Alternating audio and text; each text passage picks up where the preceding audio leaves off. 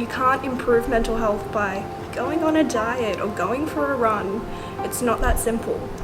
Isn't enough money to support everyone who's got severe mental health. So if you've got services, that's great, but making sure they're accessible. My headspace appointments are in Hawthorn. I don't have a car, so by the time I get the 59 tram down to Flinders Street Station, wait for a train that's going to take me to Glenferrie Station and then walk to my headspace appointment, that ends up being an hour. Not having to have your parents take you to an appointment when there's stigma attached to that makes you uncomfortable and you're not going to discuss everything. We need to alleviate the pressures. We need programs for young people to get together to discuss things like mental health or just things, more recreation programs, sport programs, libraries, places where people can get together, talk to each other and experience really valuable connections. Making sure that there's a secondary service, not just this idea of primary and tertiary. You're going to lose us, and you're not going to just lose us as patients. You're going to lose our lives because you don't care. Don't tell us what it is that you think young people find difficult. Listen to us when we tell you. So for young people, I think one of the biggest things is actually educating them on stuff about mental health, self-care and well-being.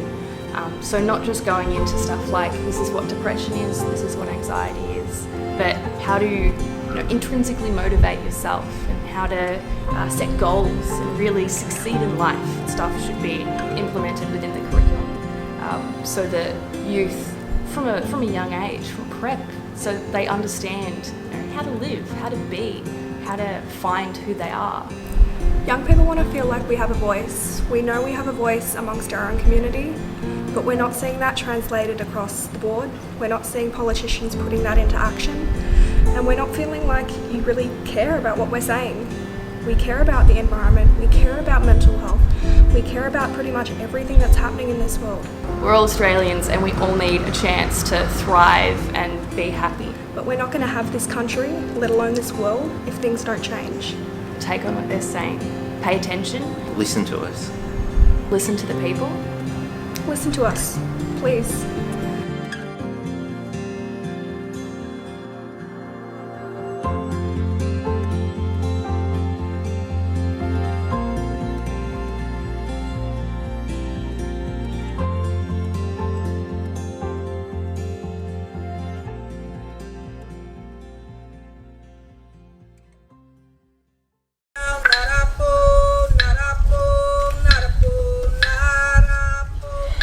So NAIDOC Week is certainly an important celebration of Aboriginal and Torres Strait Islander culture, and we are very proud to support and acknowledge the week with this flag raising ceremony.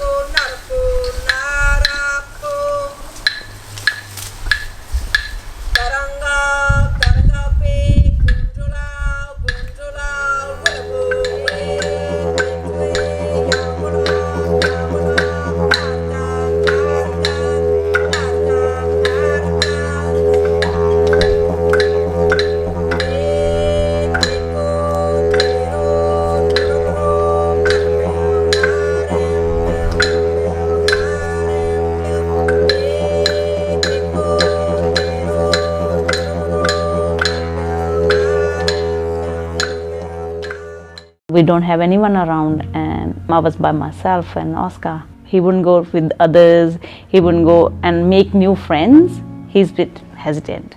So I said to them, like, he's like that. He wouldn't talk to everybody. He will just sit and play with his cars and take hours and hours. He can sit by himself and he doesn't actually get involved with new activities. I had discussion with Kat. Sometimes he struggled with routine, and it could be, and sometimes he was very stuck in routine where he just wanted the same thing, and then if something had changed, he didn't cope with that change. And at first, when I had to use Epic, I was kind of like, oh, what is this? All it was any child that I felt needed a little bit of extra support. You'd fill out some forms, do some observation on children, and then you'd get in contact with Kim, who plays a big part of it, and she's been amazing. I oversee the rollout of our early intervention services program. And then she told me, why don't you come on and join the meeting with Jacinta? So I'm here to actually help the educators to work with their family. And then I lead the meeting just as a conduit between everyone in the room, ensuring that the conversation is child focused. It's a bit of a thing to throw around, you know, that the parent is the expert on their own child. We really want to make that real and tangible for parents and for families. Coming here is looking at the teachers and telling them my difficulties and finding the answers, all the answers. It's like making new friends. It's like the best thing. Jacinta's at the stage of assessing Oscar and talking to Mum about whether he is school ready. The really important thing, it's one of the things that really comes out from it, is that the families are able to identify where their child needs support. They're the only way I feel like, you know, helping me through all this difficult time when I was by myself with Oscar. And I wouldn't, because at that time I didn't have anyone. I know Mum's on her own here with Oscar and you know, so that just led us to do the best we can for Oscar. All I know is these guys are helping me. They're friends to me. Hi, my name is Meena Rani and I'm Oscar's mum. And what's your name? Who is this? And Oscar. Oscar! Okay, Jenna. I'll do whatever it takes, you know, for Oscar. High five. Yeah. Okay. Thank you, Oscar. Okay. Oh. Good boy.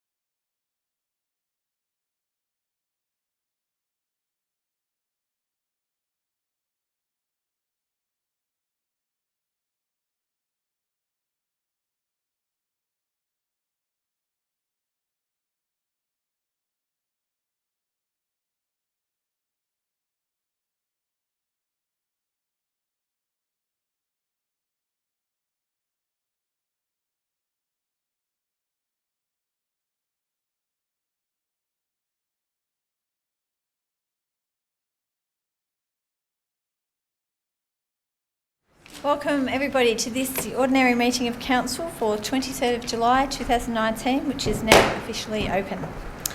A warm welcome to members of the public gallery who have joined us here tonight, and for those watching from home via our live streaming, thank you for joining us.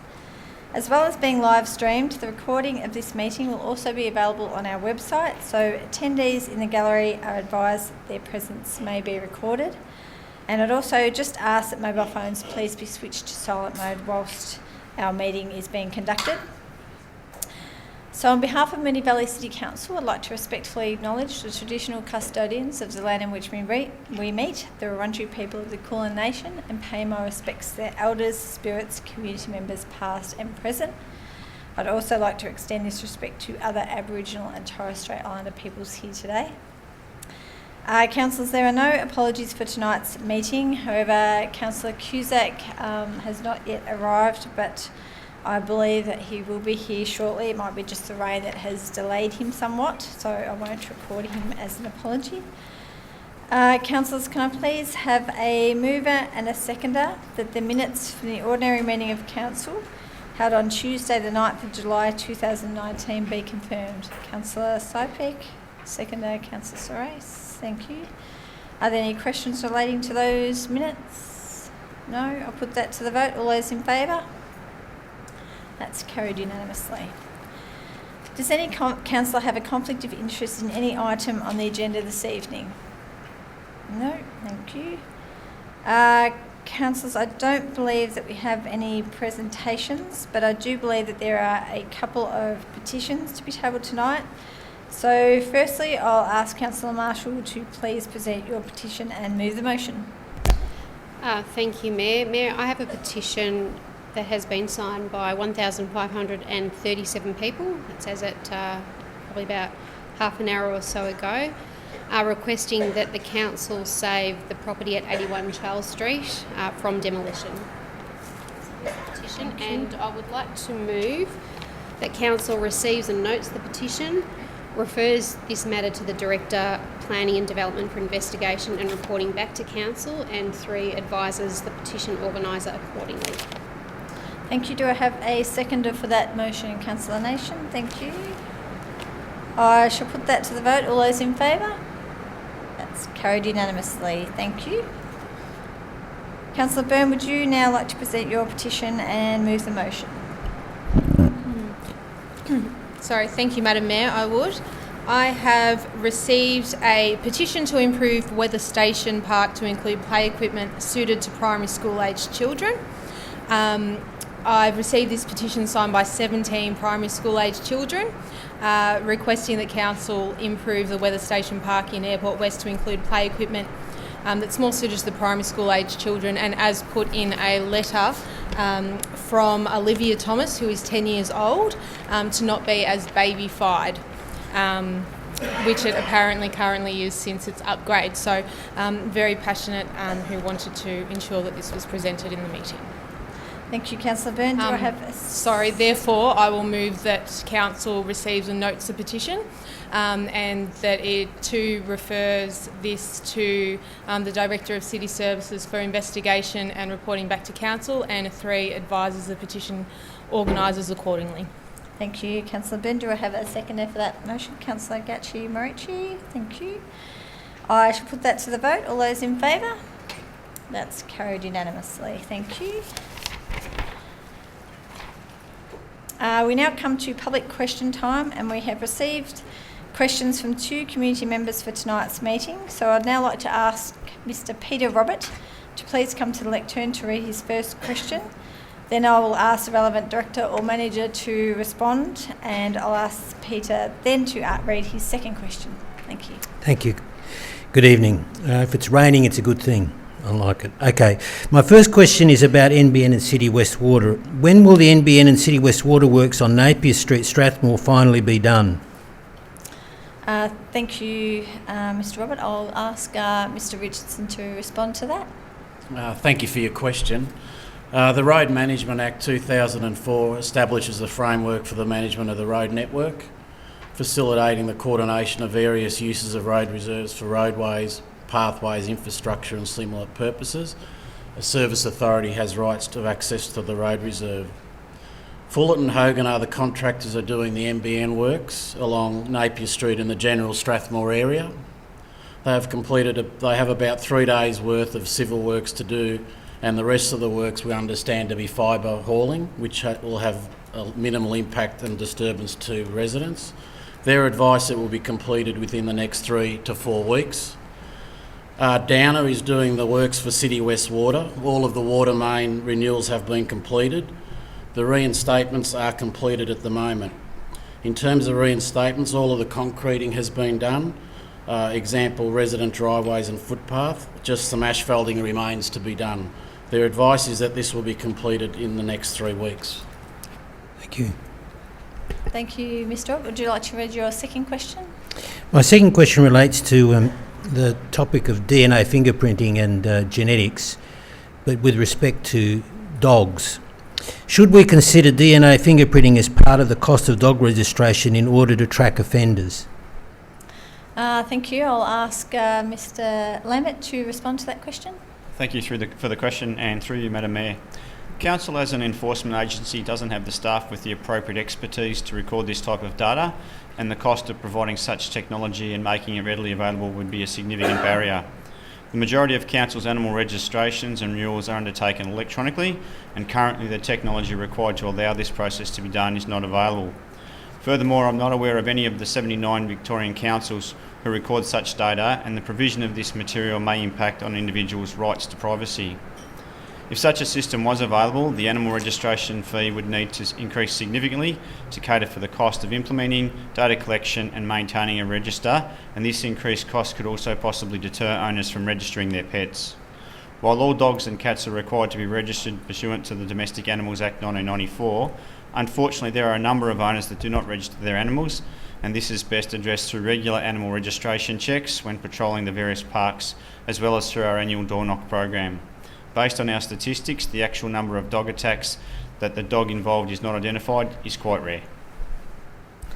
Thank you, Mr. Lambert. Thank you, Mr. Robert. Thank you. Thank you. I'll now ask Mr. Adam Ford to please come to the lectern to read his first question, and I think Adam's also got 2 questions, so I'll do one at a time. Thank you.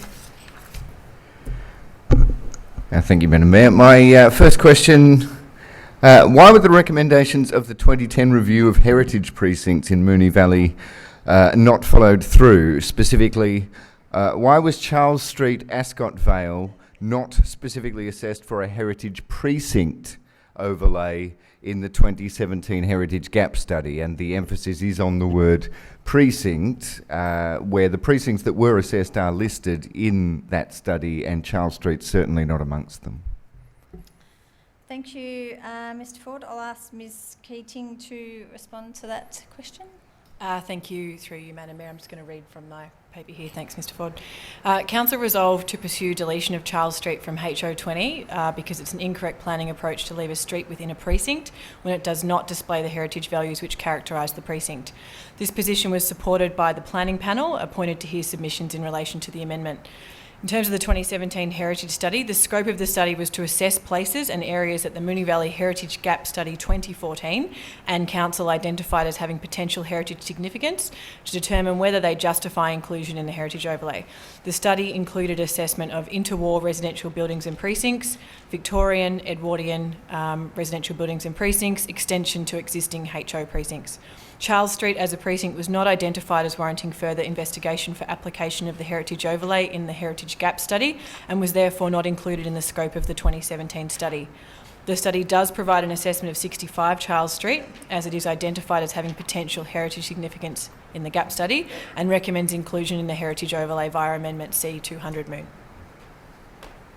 Thank you, Ms. Keating. Mr. Ford, did you have another question? Second question is, given the effect of removing Charles Street, Ascot Vale from Heritage Overlay HO20 was to remove protection from a number of original 1880s properties, while its neighbour in Charles Street, while its neighbour in, that should read Monash Street, I apologise, has blanket protection across a range of highly altered and much later properties.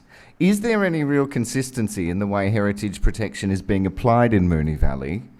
Or is it a case of whoever has the loudest advocate prevails, as seems to be have been the case in this instance? Thank you. I'll ask Ms Keating to respond again. Thank you. Thanks, through you, Madam Mayor. Again, the Moonee Valley Heritage Gap study provides a prioritised work program that Council uses to guide which heritage studies should be undertaken in the future. All heritage studies commissioned by Council are required to be carried out in accordance with the principles and guidelines set out in the Borough Charter, the Australia ICOMOS Charter for Places of Cultural Significance. This is in line with Heritage Victoria's endorsement of the Borough Charter in 1999 as a key document for guiding best practice heritage management in Victoria on the 7th of July 2010.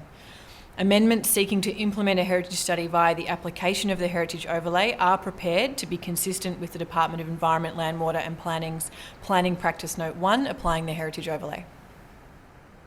Thank you, Ms Keating. Thank you. Thank you, Mr Ford. Okay, so the next item on the agenda is reports from special committees, and as there are none tonight, I shall move to the first report on tonight's agenda, which is 17 to 19 Lake Street, Essendon. Construction of a multi-storey building within a design and development overlay Schedule 10 and a reduction to the car parking requirement. Councillors, do I have a motion?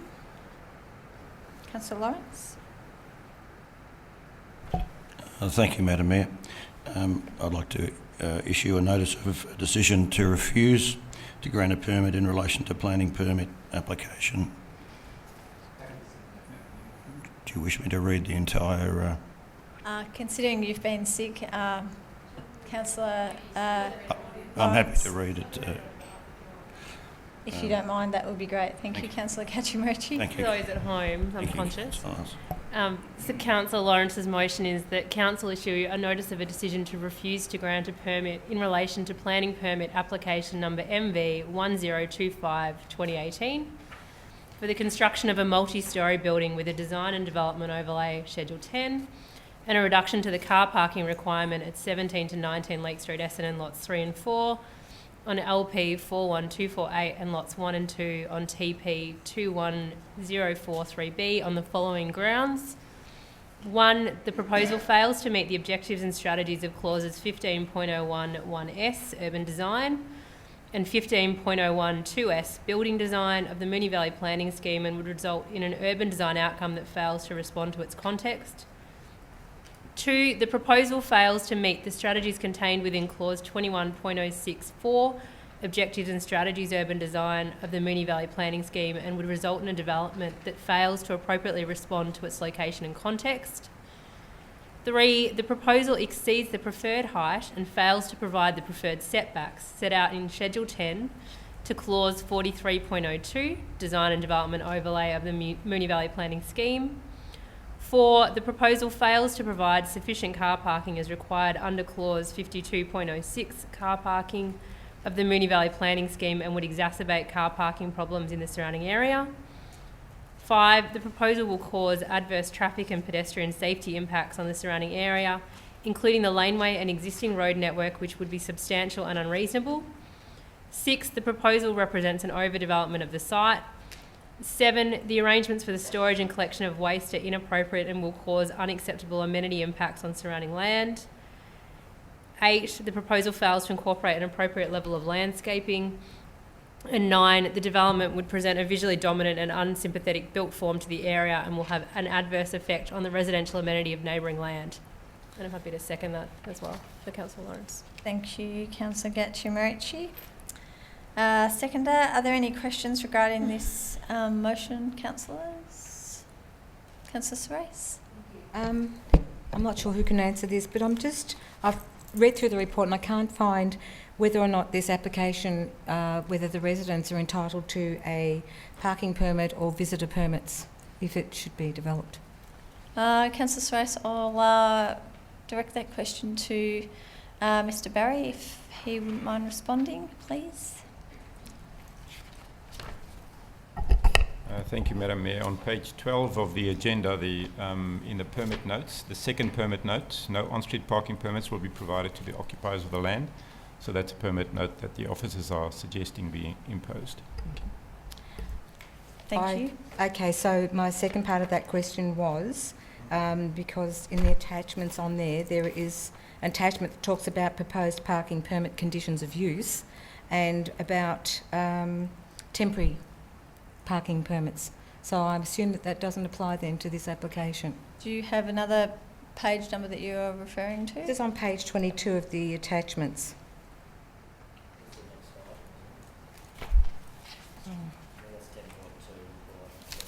Oh.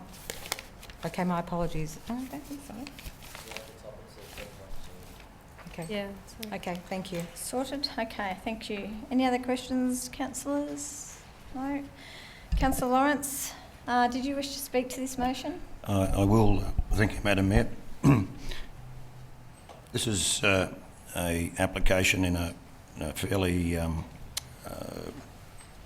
commercial and northeastern trading precinct. There's no off-street parking provided by the application, nor for residents or for visitors. And as I said, this is a major shopping strip, Leake Street, Essendon North Village. Residents' cars will take car parking spots in Leake Street where shoppers would park should they have vehicles. This is obviously, as pointed out in the refusal, going to increase congestion and parking pressures. The building design creates excessive bulk form and scale. The 4-storey, 15.4 metre maximum height on a 259 square metre site development that allows for 2 retail premises, 6 residential, being 3 2-bedroom and 3 1-bedroom, is excessive and overdevelopment to the nth degree. Now, I notice in the report green travel plans are promoted. Look, these are great in theory, but in reality, residents are not going to ride bicycles all the time. They're not going to use Mikey cards all the time, and nor are they going to ride share all the time. Reality is quite different to these green feel-good plans that only cause congestion and breakdown in local amenity. The proposal is overdevelopment of a small plot of land at the expense of local business and residents. It impacts the local amenity for all users of the Essendon North Village. I ask my fellow councillors to refuse this application. Thank you. Thank you, Councillor Lawrence. Councillor Gatchimarici, would you like to speak to the motion? Thank you. I think Councillor Lawrence has obviously highlighted there are significant concerns for us around the lack of parking. I think if there had been a small reduction in parking spaces for visitors, that may have been one conversation. If it had been about a couple of reductions for the stores, that may have been a different conversation. But to have no parking provided for the entire development, for me, I can't possibly support the proposal, and that's why I'm happy to support the refusal. The height and the setbacks have obviously been pushed to every extent of the development to try and maximise what they've done on the block.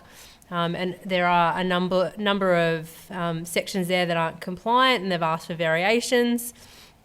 For me, I also have significant concerns around how this building interfaces with what is an area that is much older, and there are some modern developments across the road from it, but there's also the old Roseville Ballroom, which is an old theatre, and it's an area that still has a level of heritage, and I don't think that this development is respectful of that. So I have concerns around that. But for me, just the amenity of the area and the accessibility and everything about this is just an overdevelopment for me, and the parking is a big tick to demonstrate that, the setbacks, the height. So for me, I'm pleased to support the refusal. Thank you, Councillor. Does any other councillor wish to speak to this motion? Councillor Nation? Thanks, Mayor. I'm happy to support the refusal, but do so on the grounds of its height and it squeezing a little bit too much onto the block. I'm just not sure with these properties in commercial zones, when councillors refer to the lack of parking, exactly how a site like this would incorporate parking, because the actual guidance council gives is for there not to be vehicle carriageway onto the road at the front, because that's obviously where angled parking is, and it would take away on-street parking. So applicants do get that guidance from council not to have a vehicle carriageway, and then at the rear where it backs onto that property's on Richardson Street, there's not a navigable laneway. So I just think we should note, yes, I agree that this is above the heights of the DDO, so I'm happy to refuse it, but in activity centres or in commercial zones, we do have to be conscious of waiving some, if not all, of the parking, because for some sites it's not actually practical, and in some sites council's actual guidance is contrary to that. Thank you, Councillor Nation. Does any other councillor wish to speak to this motion? Councillor Marshall? Thank you. I'm happy to speak in support of the motion too, though I can't support all of the grounds for refusal put up there, because based on previous experience, I think that they are grounds that are unlikely to be upheld at VCAT. I agree with the point Councillor Nation made in relation to car parking. As much as people hate to hear it, we never succeed on car parking at VCAT. And the view will be that this is in an activity centre, it's close to public transport, so I'm just mindful I never want to mislead people about the likelihood of success in relation to that particular ground. Council has set planning rules through a DDO for this site and says essentially that a 4-storey development's appropriate. So again, I'm mindful of that, and this has a small area where it overruns that, but you would say substantially complies with the height requirements. My particular concerns are around the design, and in particular the balcony encroachments into the setbacks. That was what did it for me. It is a very aesthetically, with due respect to the architect, for me it's not a pleasing design, and I certainly don't think it does anything to enhance the area. And I'm always worried that people are trying to work around the setback requirements with these sort of balcony encroachments. So particularly with those concerns, I will on balance be happy to support the motion. Thank you, Councillor Marshall. Any other councillor wish to speak to this motion? Councillor Sypek? Yes, thank you, Madam Mayor. I see both sides of the story on this application, but the negatives far outweigh the positives to this application, and I agree with Councillor Marshall that the balcony encroachment is something that I wasn't sort of very pleased about, and that's also the main reason why I will be voting against this proposal. There is a point where there's saturation of car parking, and there is just not enough car parking there, so I tend to disagree with my colleague that VCAT, might refuse this on the basis that there is no waiver of car parking here. So it's one of those things that happens at VCAT. But I've had a lot of correspondence from the community, a lot of correspondence from the traders, and there is a big groundswell that people are not happy with this application. I'm not basing my decision on that, but there is community support, but I'm basing my decision on facts and on some of the reasons why the officers have decided a refusal for this application, and I'm happy to support that refusal. Thank you, Councillor Sypek. Any other councillor wish to speak to this motion? I shall put that to the vote then. All those in favour? That's carried unanimously. Thank you. The next report is 10.2, our Municipal Parking Implementation Plan and Parking Permit Policy. Councillors, do I have a motion? Councillor Marshall? Thanks, Mayor. I'd like to move that consideration of this report be deferred until the next ordinary council meeting. Thank you. Do I have a seconder for that motion? Councillor Serace, thank you. Are there any questions regarding that motion? No? Would you like to speak to the motion, Councillor Marshall? Mayor, that there's some additional information and some clarification that we need. I think that needs to be sorted out before a decision in relation to this matter occurs.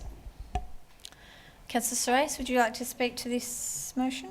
No, I'll wait till it comes up to the next meeting. Thank you. Okay. Would any other councillor like to speak to this motion? I'll put it straight to the vote as a deferral motion. I'll put that to the vote. All those in favour? That's carried unanimously. Thank you. The next report is 10.3, response to petition, parking restrictions for Grace Street, Moonee Ponds. Councillors, do I have a motion? Councillor Nation? Happy to move a motion in the form of the officer's recommendation. Thank you. Do I have a seconder for that motion? Councillor Sypek? Thank you. Are there any questions regarding this motion? Any questions? No. Councillor Nation, would you like to speak to the item? Yes, thank you, Mayor. This is a good example of a petition coming before council, being heard and moved at a council meeting and then coming back in the form of a report. And in this instance, in the form of what the petitioners would class as a successful report, in that their requests has been granted in some form. So a brief synopsis of this petition is outlined in that first page of the report, page 33.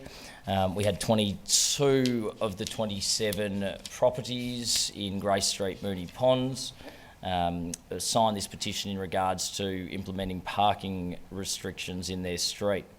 It is a street that was picked up in an earlier LATM, Local Area Traffic Management Plan.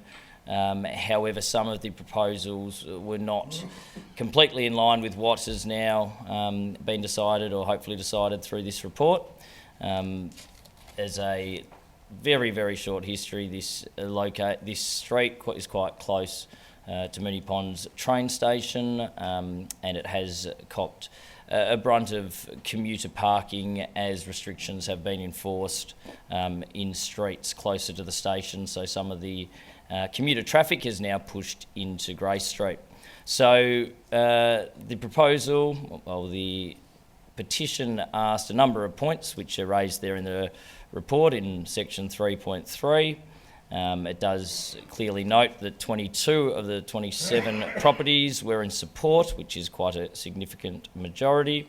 And the recommendation that the report comes to is the proposal to install 2-hour parking from 9 a.m. to 6 p.m. Monday to Friday, which would be classed as permit area 59, and that's on the west side of Grace Street between Holmes Road and Derby Street, which will ensure that there can be proper garbage collection in that street as well on the Friday, because it is a narrow street, a one-way street actually. So the recommendation, install those parking restrictions, and to also write to the petitioners advising them of the council resolution should it get up tonight. So this is a great example of residents coming together, writing to us and petitioning us as a council, and then us subsequently hearing a report that delivers an outcome that is positive for them. So I thank the petitioners, and hopefully the petitioners will thank all of council should this be successful tonight. Thank you, Councillor Nation. Councillor Sypek, would you like to speak to the motion? I think Councillor Nation has said everything that needs to be said about this application. Thank you. Would any other councillor like to speak to this motion? Councillor Marshall? Let me prove Councillor Sypek wrong. Of course. So with this one, and I certainly thank Councillor Nation, I think he's been very thorough in what he said. For me, the threshold issues are, of course, does this meet the requirements in our municipal parking strategy for the implementation of restrictions? And in the times proposed it did, so that's an 85% threshold and indicates a significant demand on the parking in that particular street. And again, we have the majority of affected properties providing support, wanting parking restrictions. It also highlights again that importance of looking at streets, if you like, as part of a network, because a lot of this, or some of this, certainly comes down from the fact that all of the streets closer to the station have parking restrictions introduced, and so then it sort of shifts the problem along. So we really need to be mindful about that and the effect until you get to that critical point where people get too lazy to walk to the station, whatever it might be, but we really need to be mindful of that when we do introduce restrictions. So I am happy to support the motion. Thank you, Councillor Marshall. Any other councillor wish to speak? I shall put that to the vote. All those in favour? That's carried unanimously. Thank you. Our next report is 10.4, which is healthy ageing in Moonee Valley. So, councillors, do I have a motion, please? Councillor Cusack? Mayor, yes, I'd like to move the officer's report. Thank you. Do I have the officer's recommendation as the motion. Sorry, I'm still swimming outside. That's okay, thank you. Do I have a seconder for that motion? Councillor Sypek, thank you. Are there any questions regarding this item, councillors? No? Councillor Byrne, yes. Thanks, Madam Mayor. I would just like to know if there is a current wait list and approximately what they are for domestic assistance, personal care and respite care. Mr Lambert, I might see if you can respond to that question, please. Through you, Madam Mayor, I can confirm that there are wait lists. The exact length of those wait lists I don't have with me, so I'm happy to take that on notice and provide that back to Councillor Byrne, but I can confirm there are wait lists at the moment. Thank you. Thank you. Any other questions, councillors? No? Councillor Cusack, would you like to speak to the motion? Yes, Mayor, and I also should say I've got no conflicts of interest on the agenda. Sorry, thank you. And I apologise for being late. The question that we've got in front of us through this is how is Moonee Valley preparing itself for the next step forward in working with people in our community who are ageing. And of course we know that the numbers are growing dramatically. We also know that a lot of the previous activities and so on like that have been taken apart, and a lot of the previous thinking about sort of how aged care services are provided have basically falling over. We know that because we've had a Royal Commission into the whole area, and we're hearing day after day about the sad effects that we've been subjecting older people to in this community by shoehorning them into that notion of one size fits all. And it's really important for our council to take all of this on board, to work through, as this motion describes, the opportunities that are presented through some extensions of funding, so that we actually arrive at positions where we can make sensible decisions. There's also a number of critical things that we need to start sorting out from our council perspective about the world of advocacy, about where there are shortfalls and demands. We see in the Commonwealth funding much of the money is tagged to very specific activities, and getting it to shift from one activity to another activity is not possible. And yet we've got huge demand. And the classic one that is highlighted here is about the situation of transport, where so many of our older people require transport. Otherwise you're facing that notion of isolation, and you can't get it unless you're having some sort of opportunity that is provided outside of the system to have that flexibility. And what we're hoping or would like to see is the flexibility built in, so that people can start to get things that are both, first of all, relevant to them, and I mentioned flexibility, but it's also a bit about things like cultural safety. It's things about the ability to continue to enjoy the things that they've always enjoyed and not be separated from those. And again, it's that question of isolation. I was reminded of a quote that I read only today, and other people here and on listening might have also picked it up. It was a headline in an article, and it says, "Just because I'm 60, I'm not a grandmother." And therefore we have and what that speaks to me about is just the diversity of our community. Many people are single people who have chosen not to find a life partner, but they've chosen a life that is rich in connections and so on like that. So the 4 points that are made in this recommendation, which is the motion that I'm putting, make sense. We need to note that we've obviously accepted those extensions of funding, and we're also requesting a further report for consideration regarding the proposed Commonwealth Home Support Program extension from 2020 to 2022. So that's what I've put forward. Thank you, Councillor Cusack. Councillor Sypek, would you like to speak to the motion? Once again, very little to say after Councillor Cusack spelled it out quite good. Thank you, Councillor Sypek. Any other councillor wish to speak to this motion? Councillor Byrne, yes. Thanks, Madam Mayor. I find this, I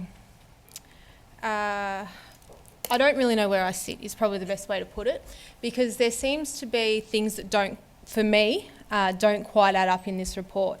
And that goes back to why I asked at the start if we had wait lists for domestic assistance, personal care and respite care. I'm the first to acknowledge that my aged care is a moving beast. It's a crazy beast. It's outrageous, and there are significant issues. And also with the developments of what's going on with the Royal Commission, I understand that there will be outcomes from that as well. But I suppose what my concern in this is that in 3.1 it says, despite efforts to promote and increase the uptake of CHIP services by seniors residing in Moonee Valley, the past year has seen further declines in service delivery outputs in almost all funded areas, including domestic assistance, personal care, respite care and community meals. So we're increasing our efforts to promote it, but we're decreasing delivery outputs, but we still have a wait list.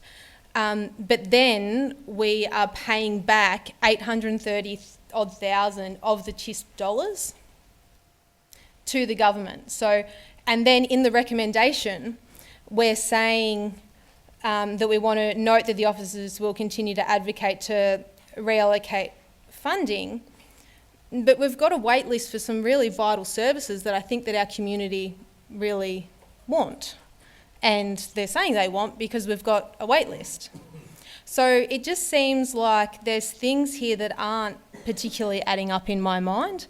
And no matter how many times I read this, and obviously I've got to be mindful that I don't want to touch on staffing as a councillor. I completely respect that that's not our job. But by reading this report and the recommendation, there's some significant issues in my mind that we are paying back a significant amount of money and not delivering the services that we're saying that we should be delivering.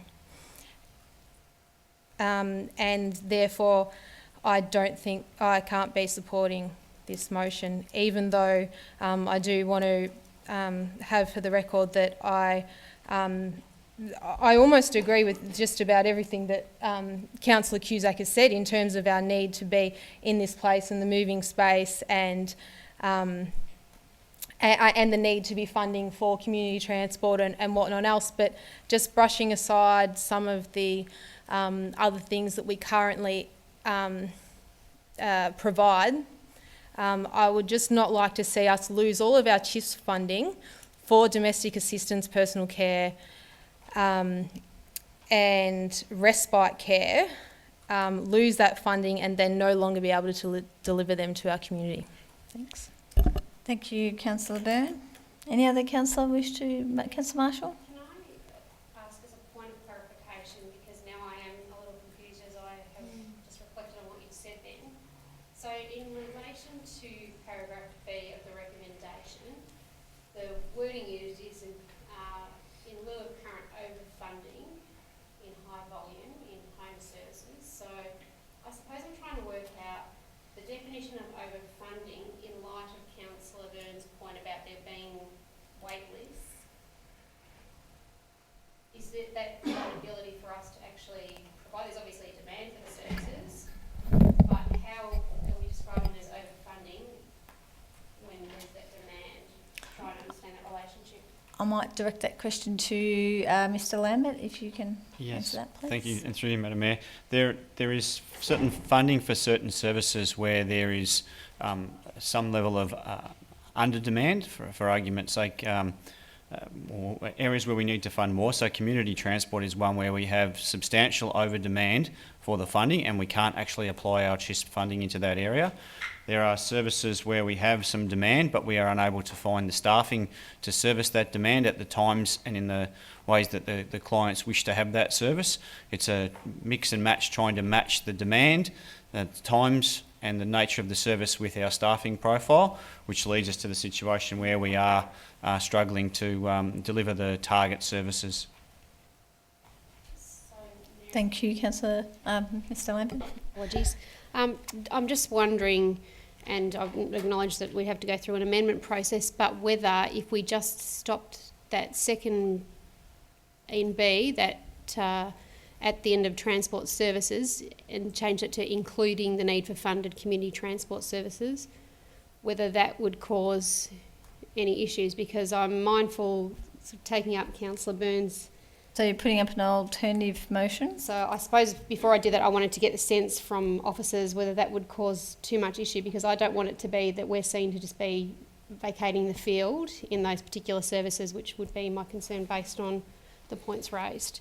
So that point of clarification, Mr Lambert, did you follow what that was in regards to deleting or amending point B? So, yeah. Or do you need that repeated? Read it out again. Yes, please. Yep. So it would read, note that officers will continue to advocate to the Commonwealth to reallocate funding to better reflect the needs of the Moonee Valley community. In particular, the need for including the need for funded community transport services stop. I have no issue with that change, Madam Mayor. No? That's fine. Okay. Thank you, Mr Lambert. So Councillor Marshall, if you wanted to proceed with that, you'd have to put up an alternative motion and get that seconded.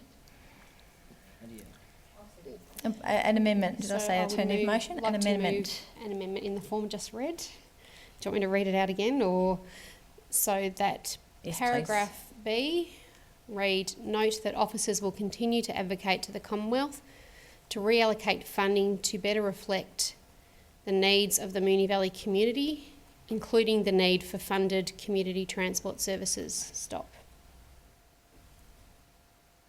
Okay.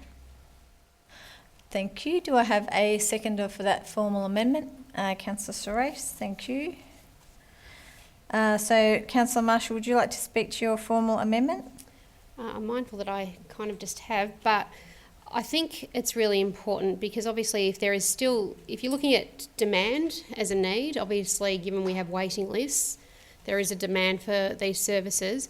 Our ability to provide the services is obviously a separate issue, but that's something that we all need to work through. But I certainly wouldn't like it to be interpreted as it currently is, that there is not a demand, and if we sort of insert the word demand for need, I just would worry that it could be misinterpreted. So it's clear, based on what the points that have been raised tonight, there is that need and a demand for certain services because there are wait lists. So we just need to be thinking about how we provide that. And as I said, my concern is I would hate for us to be, given the commitment that we've shown as a council, for there to be a sense that we're vacating the field, we're getting out of those spaces, because that's something that certainly at this stage I wouldn't be supporting. And yes, that's probably all I need to say about that amendment. Thank you, Councillor Marshall. Councillor Sorais, did you wish to speak to the formal amendment? Yeah, just briefly, I also am a little bit confused about the report, because in 3.2 it says that councils continue to underdeliver the CHSP services in some of those areas, and yet we're saying that there is a demand. So I'm happy to support the amendment for the reasons being that we include the need for the funding of the community transport services. Obviously that's of high priority throughout the community, and also that we do find a way and means, even though that we're saying there's a waiting list, and we're saying in part of the report that the need or the demand for some of those home service deliveries hasn't been that popular. So I'm happy to support that and wait for the report to come back from the officers. Thank you, Councillor Strace. Any other councillor wish to speak to the formal amendment? Councillor Cusack. Yeah, the amendment's entirely compatible with the whole motion that I was put on the floor. It just focuses on that need for advocacy to talk about flexibility and apply a flexible arrangements in funding to where the demand is, and to also ask the Commonwealth to get rid of some of those strings that are not only about putting the money in silos, but to also allow some level of, well, it's come through the NDIS, but that capacity to purchase a little bit about what you need and when you need it. And while we've Officer Steve Lambert has pointed out that we have some issues around recruiting staff and doing things like that. Hey, those sorts of things will always come and go, no matter what sort of program and what sort of activity you're doing in a place. Sometimes it's harder to recruit people in certain occupations, but we need, as Councillor Marshall pointed out, to address that as a separate issue. It's not the focus of this. The focus of this is to ensure that this council continues to advocate and work hard to fill the gaps where need is being demonstrated and where the science and evidence is being demonstrated, and that demonstration is through what community is saying it needs. It's not something that is being made up. It's being said to us by aged people who are in part of our world. Thank you, Councillor Cusack. Any other councillor wish to speak to this formal amendment? Councillor Byrne? I will, and I'll probably speak in a way that hopefully Councillor Marshall can respond in somewhat of a rebuttal, because I think we're somewhat on the same page, but my concern with the amendment is to reallocate funding to better reflect the needs of the Moonee Valley community. But reallocating the funding would mean we've got a certain bucket of money that is to provide things like domestic assistance, personal care, respite care and community meals, and we're reallocating some of that money into community transport. Therefore, the services that already have a waiting list, we're taking money away from that to put into transport, and maybe that is the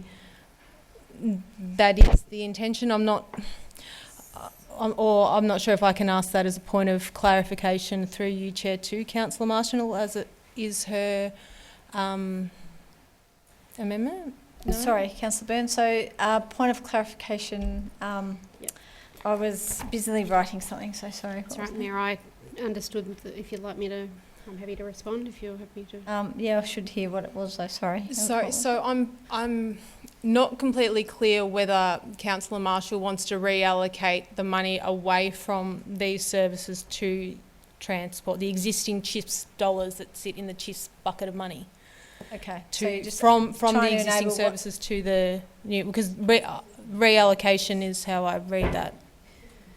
Councillor Marshall, did you wish to clarify what you intended with point B? So what I intended was that where there is not a demand, and I would use one of the measures of demand being a waiting list for a particular service. So as I understand it, that the community meals, for example, is not something that there is a lengthy waiting list for. Okay. So if we have not a demand for community meals, I would have no issue with the funds being shifted to reflect the needs of things like community transport services or the domestic assistance, other things where there is a waiting list. So that would be what it's about, just to be totally clear.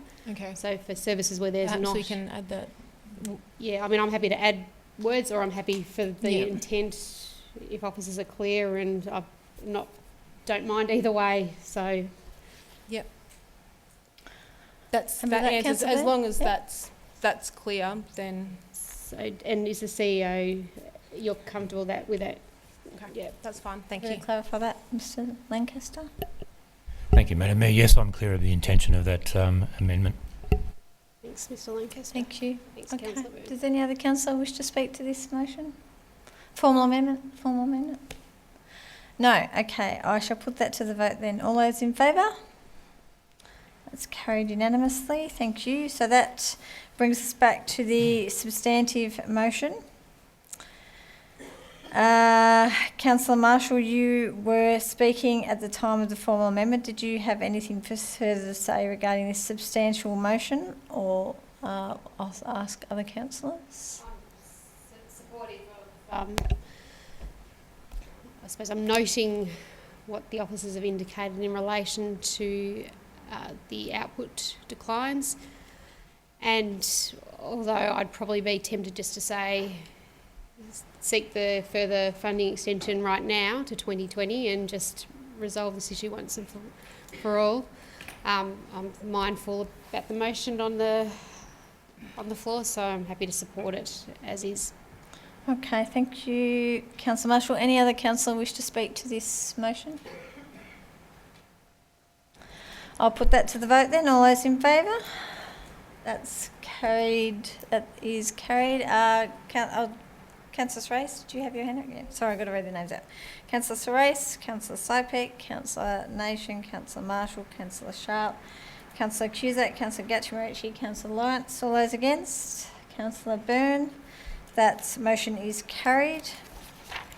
The next report is 10.5, signs in the public use zone, 180 Holmes Road, Aberfeldy, and public park and recreation zone. Councillors, do I have a motion, please? Councillor Gatchimerici. I'd like to move the officer's recommendation with a minor amendment.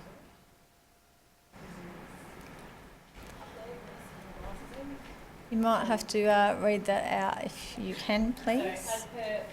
Sorry, with the microphone on.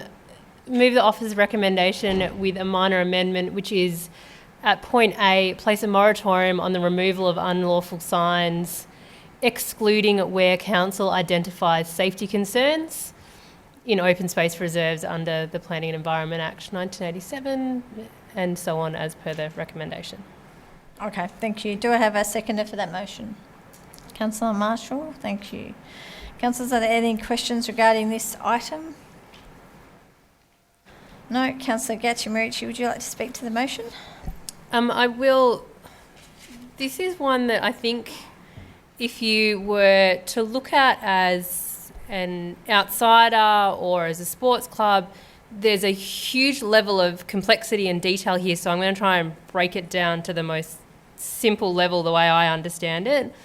And that is that the vast majority of clubs have signage, and they do so for their sponsorship, and it's really important to clubs as part of their funding and about recognising their sponsors, and we don't for a second think that that's not important, and we think clubs should continue to do that.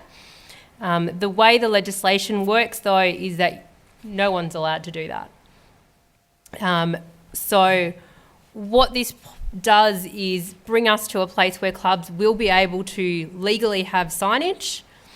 Until that point that's in place, we will have a moratorium on enforcing removal of signage with an exclusion where there are safety concerns. And we've had, the whole reason this has come to a fore is because we had a number of complaints about some club signage. And some of those signage concerns related to visibility sight lines and about them being excessively large. But we acknowledge that the vast majority of clubs do exactly the right thing, and this is just about making sure that they comply legally, we comply legally, and they're allowed to continue to have their signage in a way that recognises their sponsors, but also has legal provisions in place to cover them. I think that's my mostly broken down version. Thank you, Councillor Gatchimerici. Councillor Marshall, would you like to speak to the motion? Look, I'll just have a little bit to add, and Councillor Gatchimerici is right. So the zoning prohibits, other than very limited types of signage in this particular zoning. So I think mentioned in the report, direction signs, floodlit signs with permits, and then business identification signs. So under the current zoning, the rules don't allow promotional signage, and that's the sponsorship issue that we have here. So what it's done is it's created a very difficult situation, because you can see the report sets out the very large number of signs all across Moonee Valley. So most clubs rely on sponsorship to actually keep their club going. And I think most people would have no issue at all with clubs seeking sponsorship, understanding the very important role that our sporting clubs play in our community. At the moment, we're in the situation where we don't have, because they're prohibited, we don't have appropriate planning guidance. So this is essentially to kickstart a planning scheme amendment. This is an issue across Victoria too. So this is not something that is just sitting with Moonee Valley. And this is something that ideally you would hope could be addressed via an amendment to the state at the state planning scheme level, but we're kicking off that process.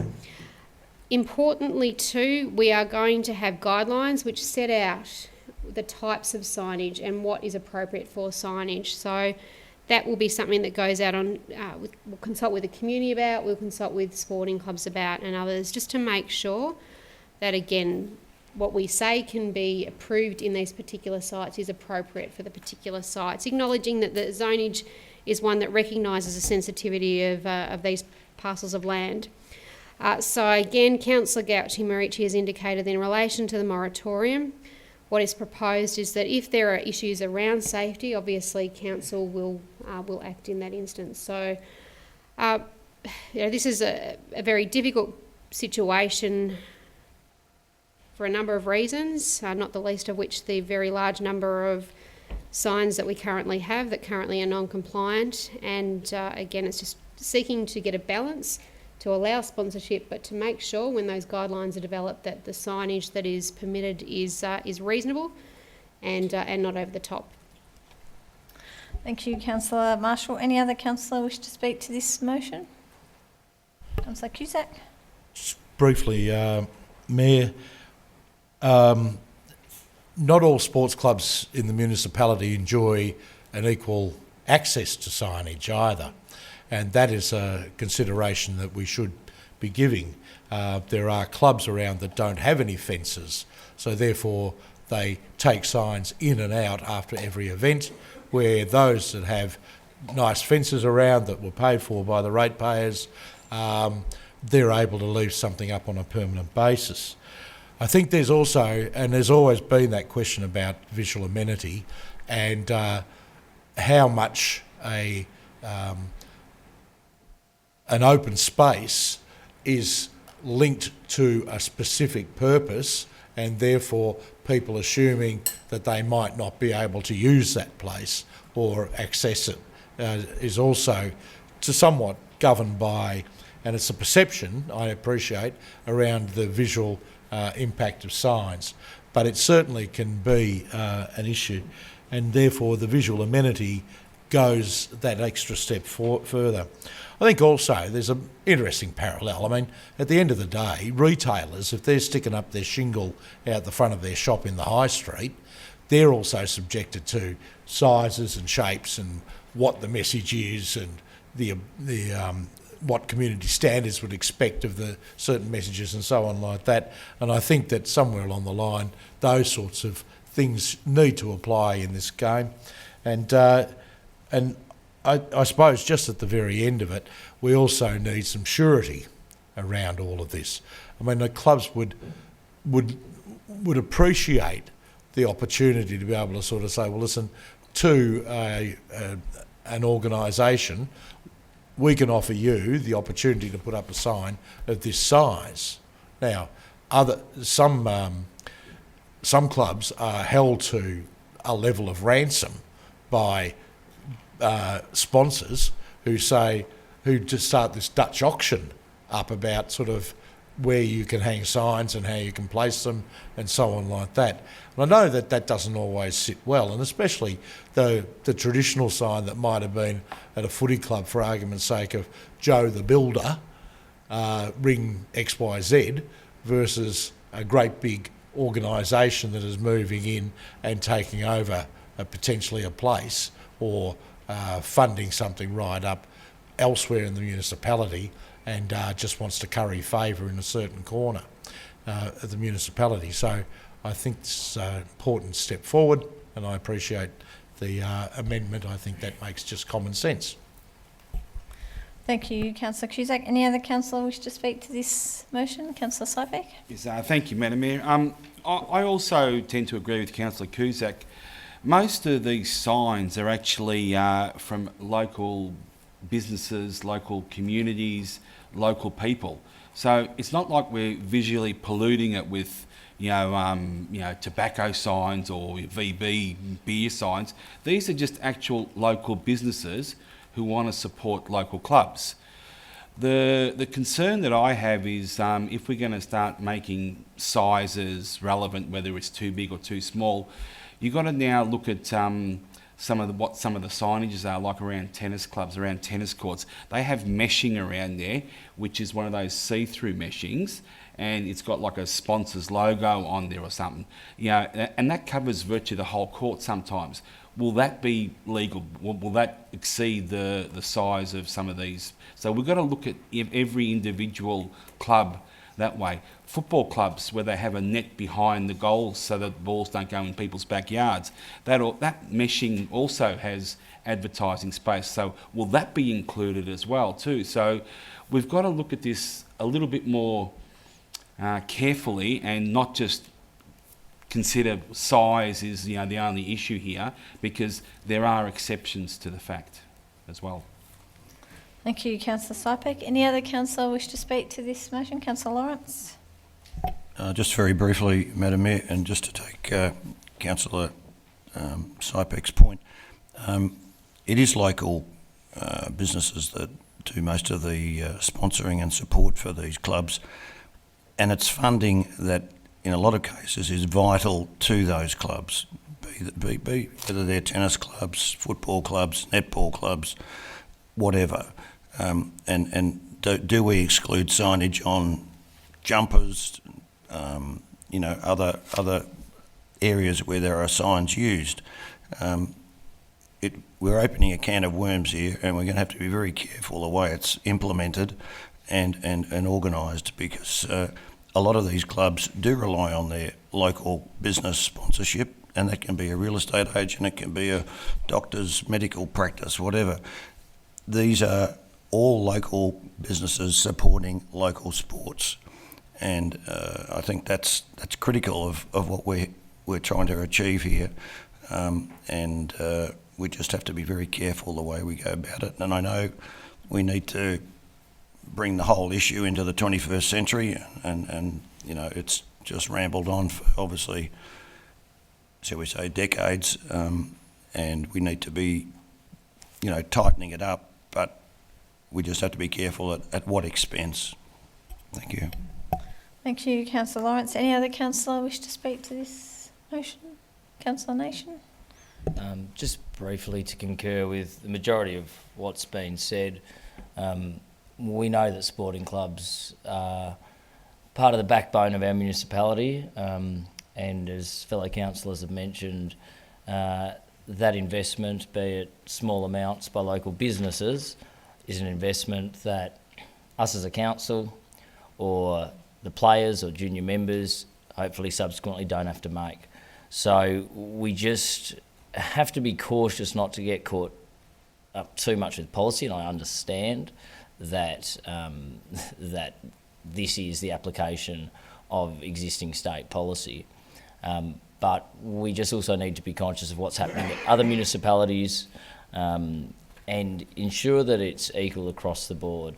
And I know Councillor Cusack and Councillor Marshall and myself have advocated for a particular club in our ward, which has had numerous complaints about signage, and was initially asked to take that signage down, whereas it wasn't applied to the majority of other clubs across the municipality.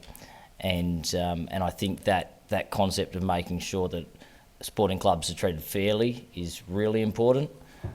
Maybe next step would be in terms of parking infringements around sporting grounds, but we'll leave that for another day.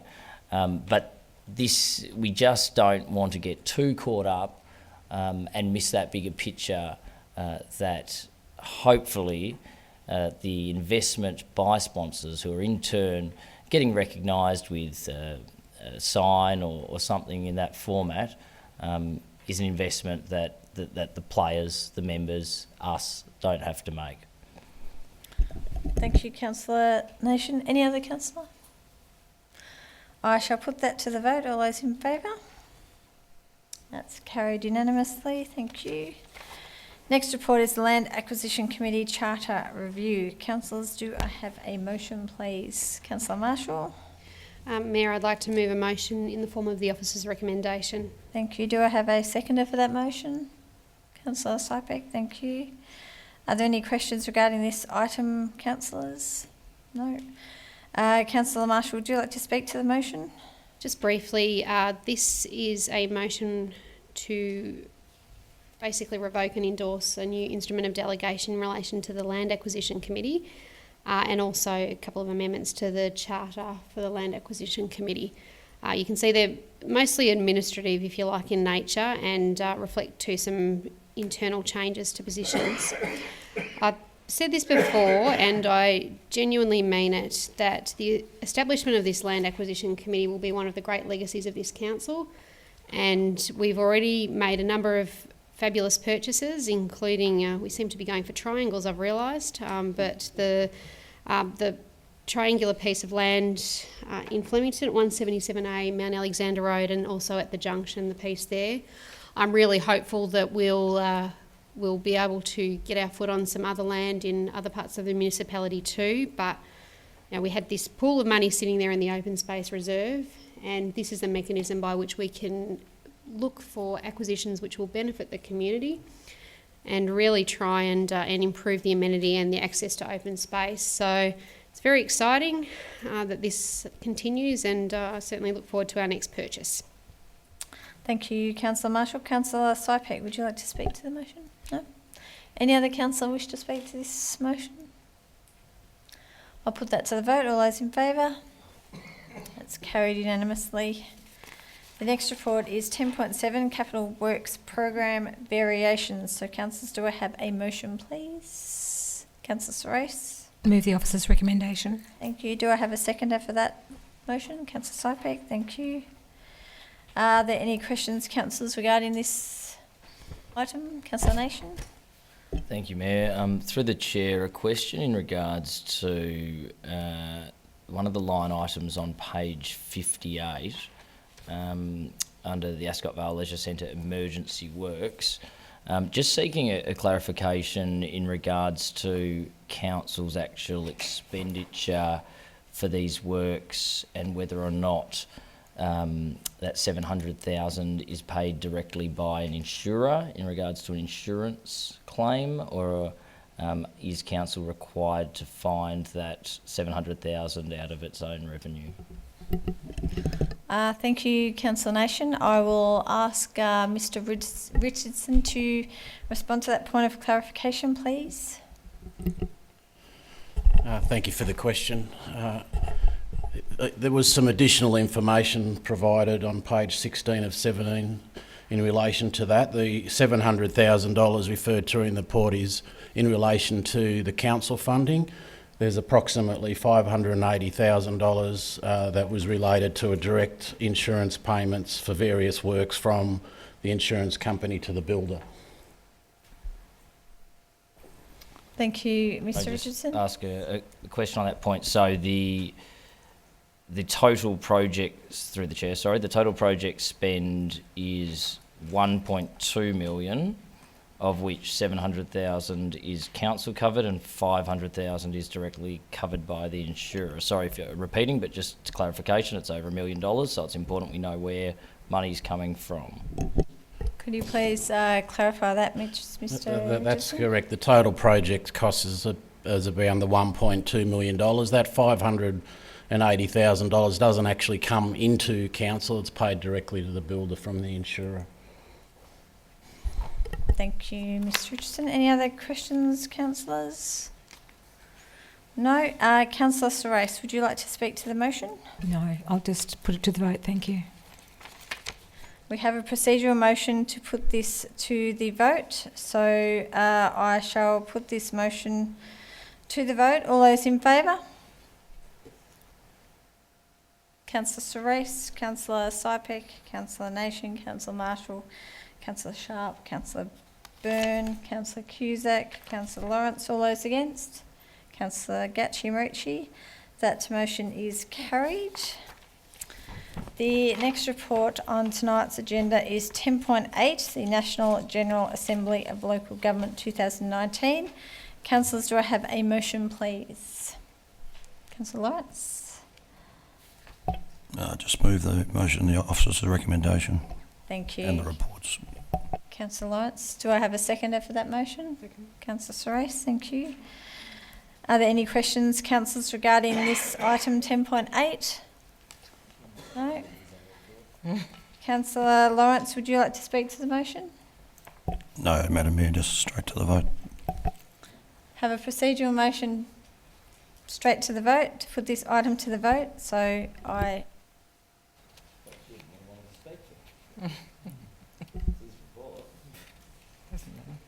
It's there for people to read. Sorry, I've just vote.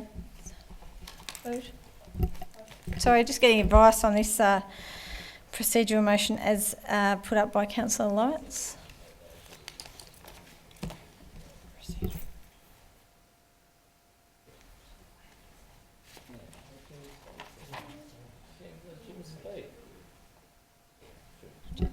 Would you like to speak to this, Councillor Cusack?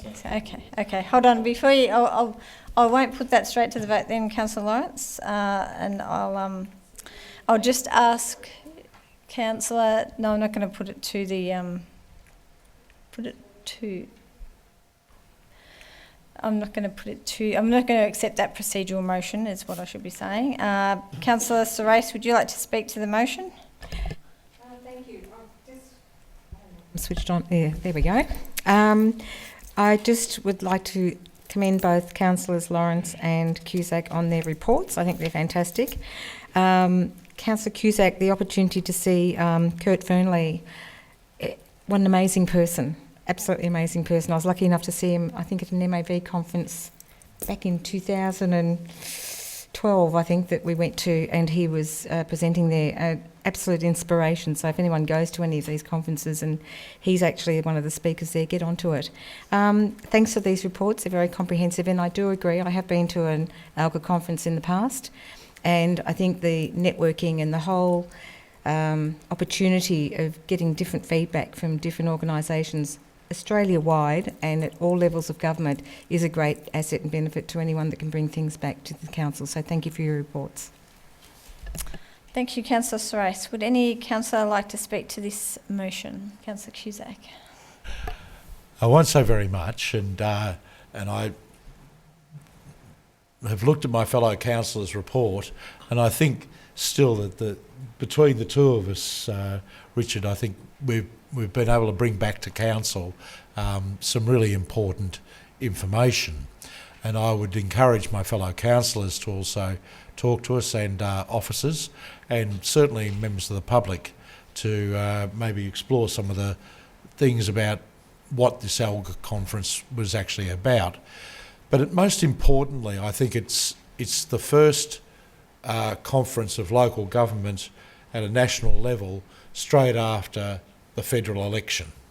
And the message that was very strong there was that, we're in a tight budget time. There's going to be difficult times, but it's really important now that local government gets itself sorted and gets those projects up and advocated for now, because you're not going to get them in the second and third year as more belt tightening basically goes on. And we see the reasons for that every day in the financial pages of the paper. The other thing about it is that it does have a strong, from a personal point of view, a strong opportunity to learn about things and learn about what's going on in other areas and how the same issue manifests itself in different places and it gets described in different places. But there are a couple of real important take-home things.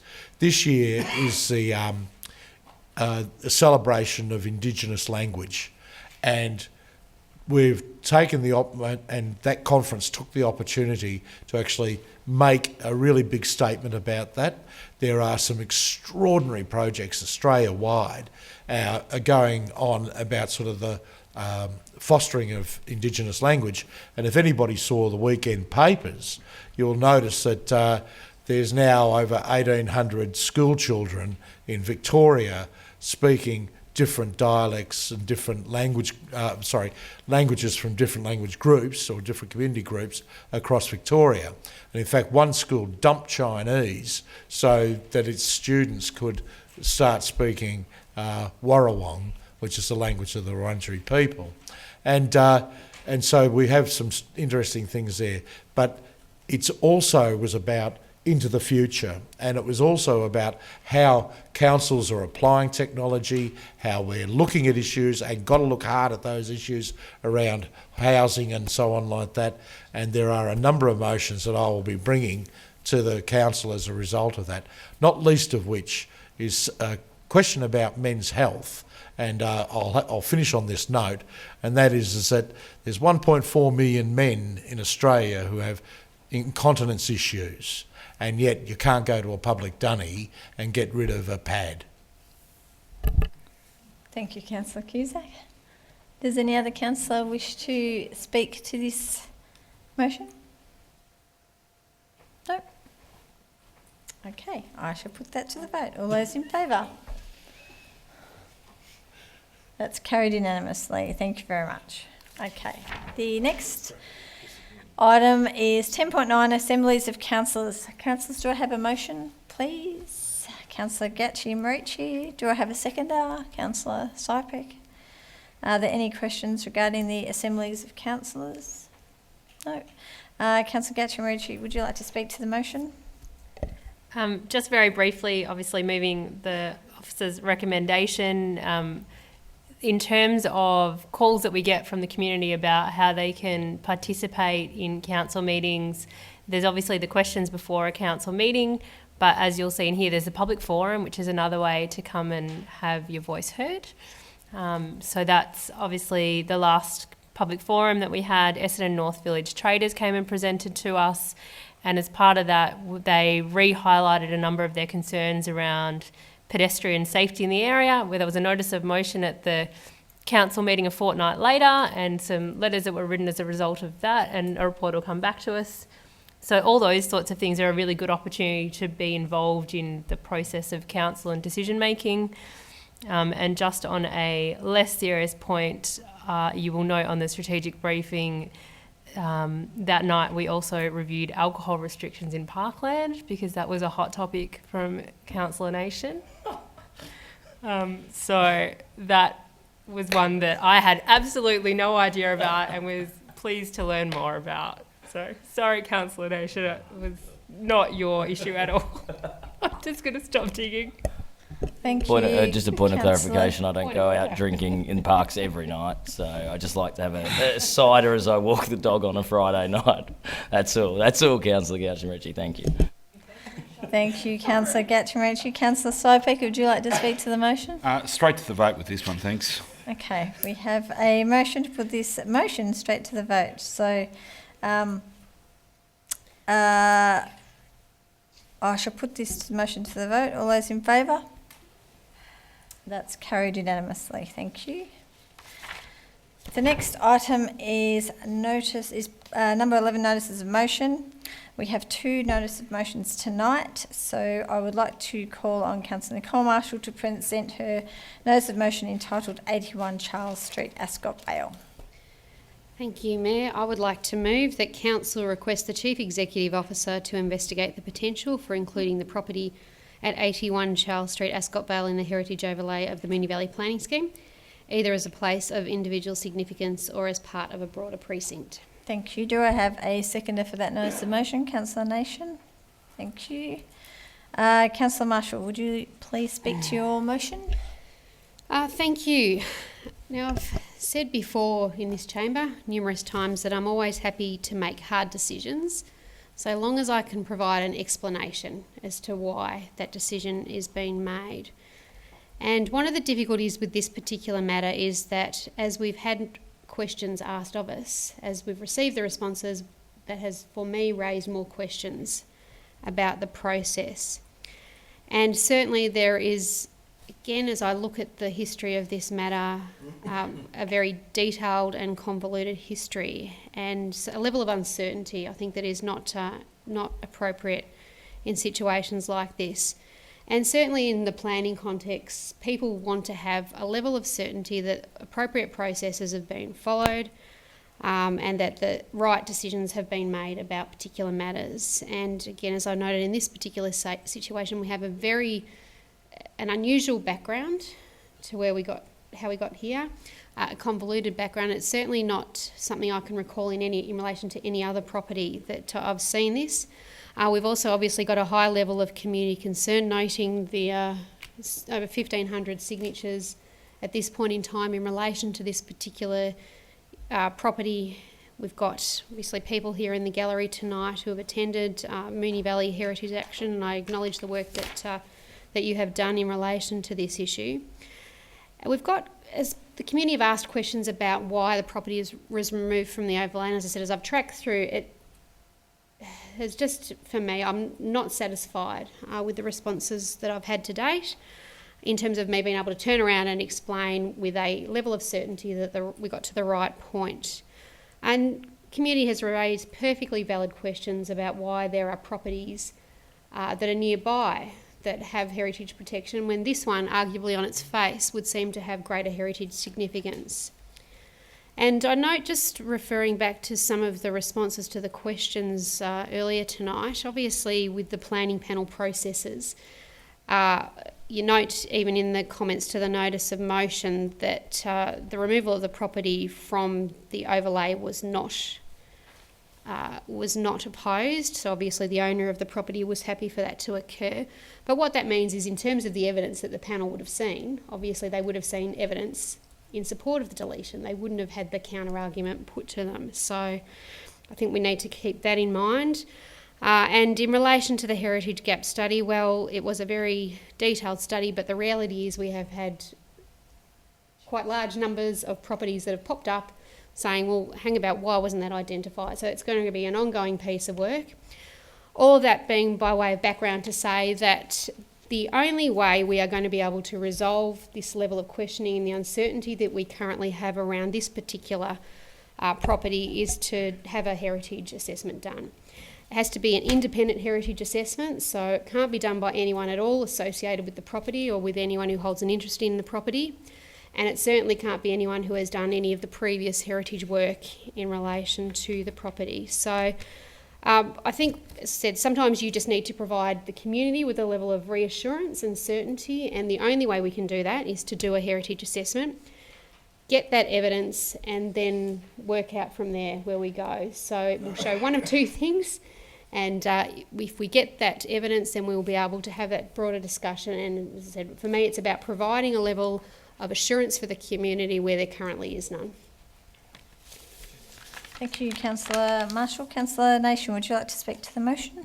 Thank you, Mayor. I'm obviously happy to support Councillor Marshall's notice of motion and think this is a very straightforward and pragmatic way forward, noting that there's a number of residents here tonight who are obviously at the planning consultation for an application at this site, which was only 4 weeks ago, maybe. And it was interesting listening to both the residents of Charles Street and Monash Street who attended that consultation. I think initially for some residents of Monash Street there was a bit of disbelief that Charles Street wasn't in the precinct, or this particular property wasn't in the precinct, and theirs was. And it was a fabulous discussion that we had, and there were a number of members of the local community that could detail quite an extensive history of the area, this site, nearby sites, and detail some of the heritage that has been lost over the past 10, 20, 30 years. The Heritage Gap study obviously has gaps in itself, and we've learnt that, particularly as sites like this have been brought to our attention, primarily through the planning process. If anyone has not been down to this little corner of Charles Street and Progress Street, as soon as you set eyes on this house, you understand that it is potentially a property with great heritage qualities. word is that inside, and I know some of the members of the community have been inside, it is a fantastic snapshot of that particular style, and it's over the years a lot of money's been spent on its upkeep as well, which again hopefully is a positive in terms of it having some sort of heritage significance. So the only thing I'd ask of Councillor Marshall, and I know it's probably expected in that motion, but in terms of how urgently we need this assessment done, I take it that as written there, you would think that hopefully as soon as possible, and hopefully us verbally talking about that, it would. I might ask a point of clarification through the chair to the CEO in terms of receiving this report back, noting some of the timely factors for this site. When would it be envisaged that this report would come back before council? I'll just ask the CEO to respond to that point of clarification. Thank you, Madam Mayor. We'll certainly arrange for the investigation to be done as soon as possible. I may need to defer to the Acting Director of Planning and Development on timing for getting that report back due to her experience in this area. Sure, through you, Madam Mayor. Look, if this notice of motion goes through as is, we'll obviously look to engage an independent heritage consultant as soon as possible, so work would start on that tomorrow, depending on availability of consultants and how quickly they can get that done. In my experience in the past, those assessments can be a couple of weeks. We then obviously move from that to get a report back in. So as soon as we possibly can, no one will be sitting on their hands on it. So thank you. I think it's understood that the urgency. Yeah, I'm comfortable with the motion as being written, and that verbal dialogue and confirmation that there's no need to put dates in there. I think we're all of the same understanding. So thank you, Ms Lancaster, Ms Keating, and thank you, Councillor Marshall, for putting up this motion. Thank you to the residents for sitting around for best part of an hour and a half, and for sharing your voices both through the petition, the email communication, and for some of the second wet, cold, windy night in a row coming up to council chambers. So thank you. Thank you, Councillor Nation. Any other councillor wish to speak to this motion? Councillor Cusack. Thank you, Mayor, and thank you, Councillor Marshall, for bringing the motion to the floor.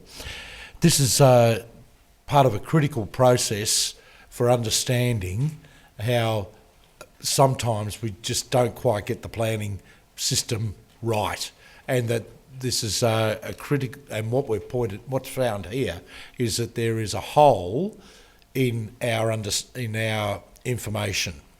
We know from listening to the community and from our own observations and from any history or evidence that we've gathered up over the years that Whiskey Hill is a prominent and important part of the whole of Ascot Vale. It resides in a very strange and unusual place opposite the showgrounds and the racecourse. It has a unique history in that space, and it also reflects very much how people in that part of the municipality many years ago gave themselves enormously to things like the First World War and so on like that, with most of the streets named after either generals or events around that time.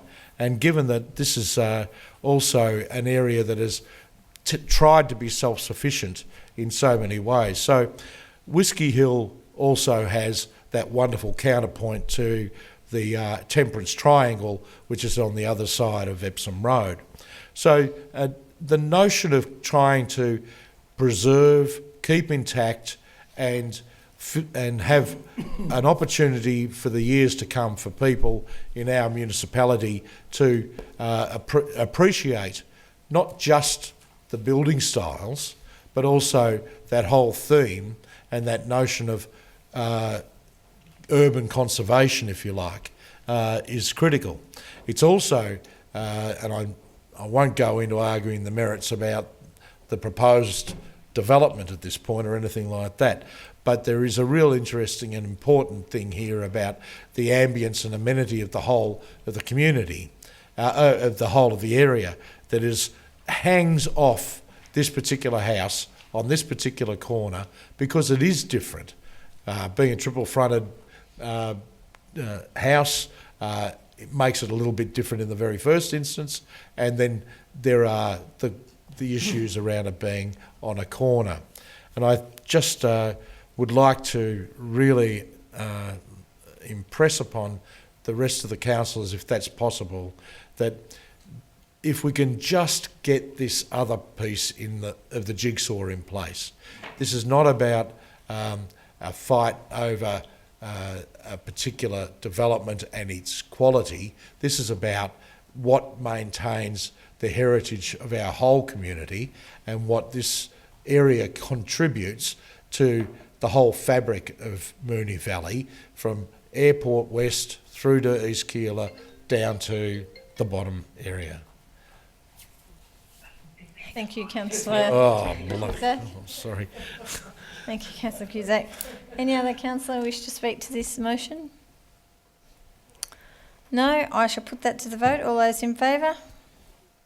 That's carried unanimously. Thank you.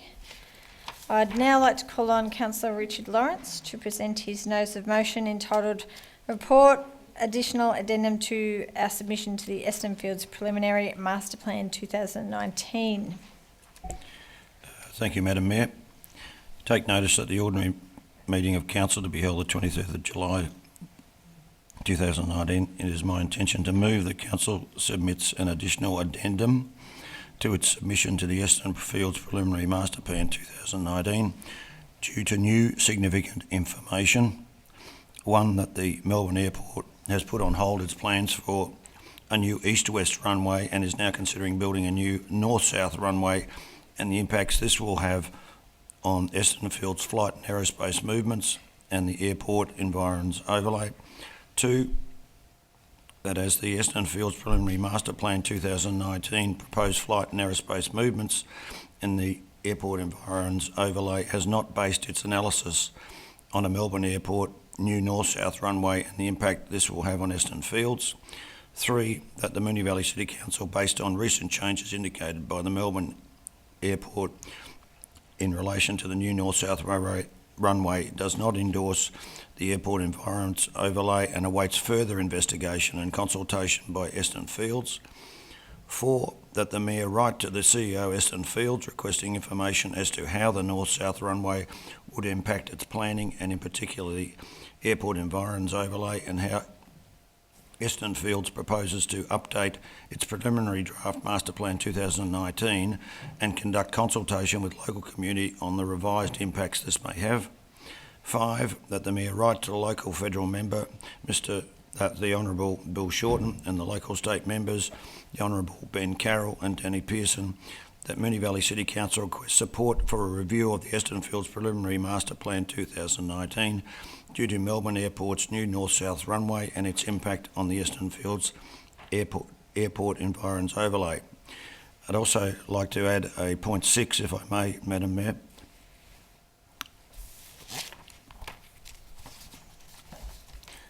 That the Mayor write to the Federal Minister for Infrastructure, Transport and Regional Development, the Deputy Prime Minister, the Honourable Michael McCormack, and request that given Melbourne Airport plans for a new north-south runway will impact flight and aerospace movements at Eston Fields, that a full review of the Eston Fields Preliminary Master Plan 2019 be initiated with a full analysis of aircraft noise management and any airport environs overlays plans to be totally reviewed. Thank you. Thank you, Councillor Lawrence. Do I have a seconder for that motion? Madam Mayor, could I just ask the mover if he could just would consider just one minor amendment to that? I've got to get a seconder first. Okay. Seconded by Councillor Gauthier-Marici. Thank you. Can I get the mover and the seconder to speak, and then I'll ask it? Yeah, okay. Councillor Lawrence, would you like to speak to your motion? If you can. Thank you, Madam Mayor. Look, without labouring the point, because it's fairly clear as to what the motion is all about, the Melbourne Airport has put on hold the east-west runway due to wind issues that affect the runway. That's the media output that we're reading. It's now looking that the north-south extra runway will be implemented. Obviously, this impacts aircraft movement in and out of Essendon Airport, and potentially how that movement affects the airport environs overlay that they're proposing. The addendum ensures that Moonee Valley City Council submission takes into account the changes at Melbourne Airport, and that the local politicians and Minister for Infrastructure is aware of Moonee Valley City Council's position. We didn't have this opportunity when we put the original submission in, because Melbourne Airport changed their mind 2 days after we actually approved it through Council. So I do note the officer's comments and would add that Essendon Fields, who I've spoken to personally, are happy to take additional submissions, having spoken with them, and especially given the changes at Melbourne Airport's north-south runway proposal. So we have an opportunity to put in a further input into this without just leaving it hanging in the air and not knowing what the future will hold. At least we can be proactive rather than just waiting for something to happen. So that's the reason for the addendum. Thank you. Thank you, Councillor Lawrence. Councillor Gatchimerici, would you like to speak to the motion? Just very briefly, obviously for me there's part around our addendum to the submission, and the submission was based on what was the plan in front of us at the time we decided it. So for me, the other part is around getting an understanding of what Melbourne Airport are going to do and that master plan that may need to be changed as part of that. Obviously, the master plan was in place based on what they thought was the outcome, so I think there's a whole lot of work to be done in this space before we actually know what the outcome might be. Thank you, Councillor. Any other councillor? Councillor Saipe? Yes, Councillor. I'd just like to indulge the mover and seconder. We've just missed out on writing to one other person, which is a federal member for Scott Ryan, the Honourable Scott Ryan. So I don't think it's just a former member, but could we just write a letter to him as well, because he wasn't mentioned? We'd really have to go through a formal amendment if you wanted to add the add another person, add another federal member on to contact. Would you like to do that? Okay, I'll withdraw. Okay. Would you like to speak to the motion? No, that's fine. Any other councillor like to speak? Councillor Nation? Thank you, Mayor. I'm just a little bit unsure about how we go about this process, particularly given when we moved a submission, it was a document compiled by officers that was accompanied by a report, and then we voted, obviously, to approve the submission. I'm just a little bit lost as to if we are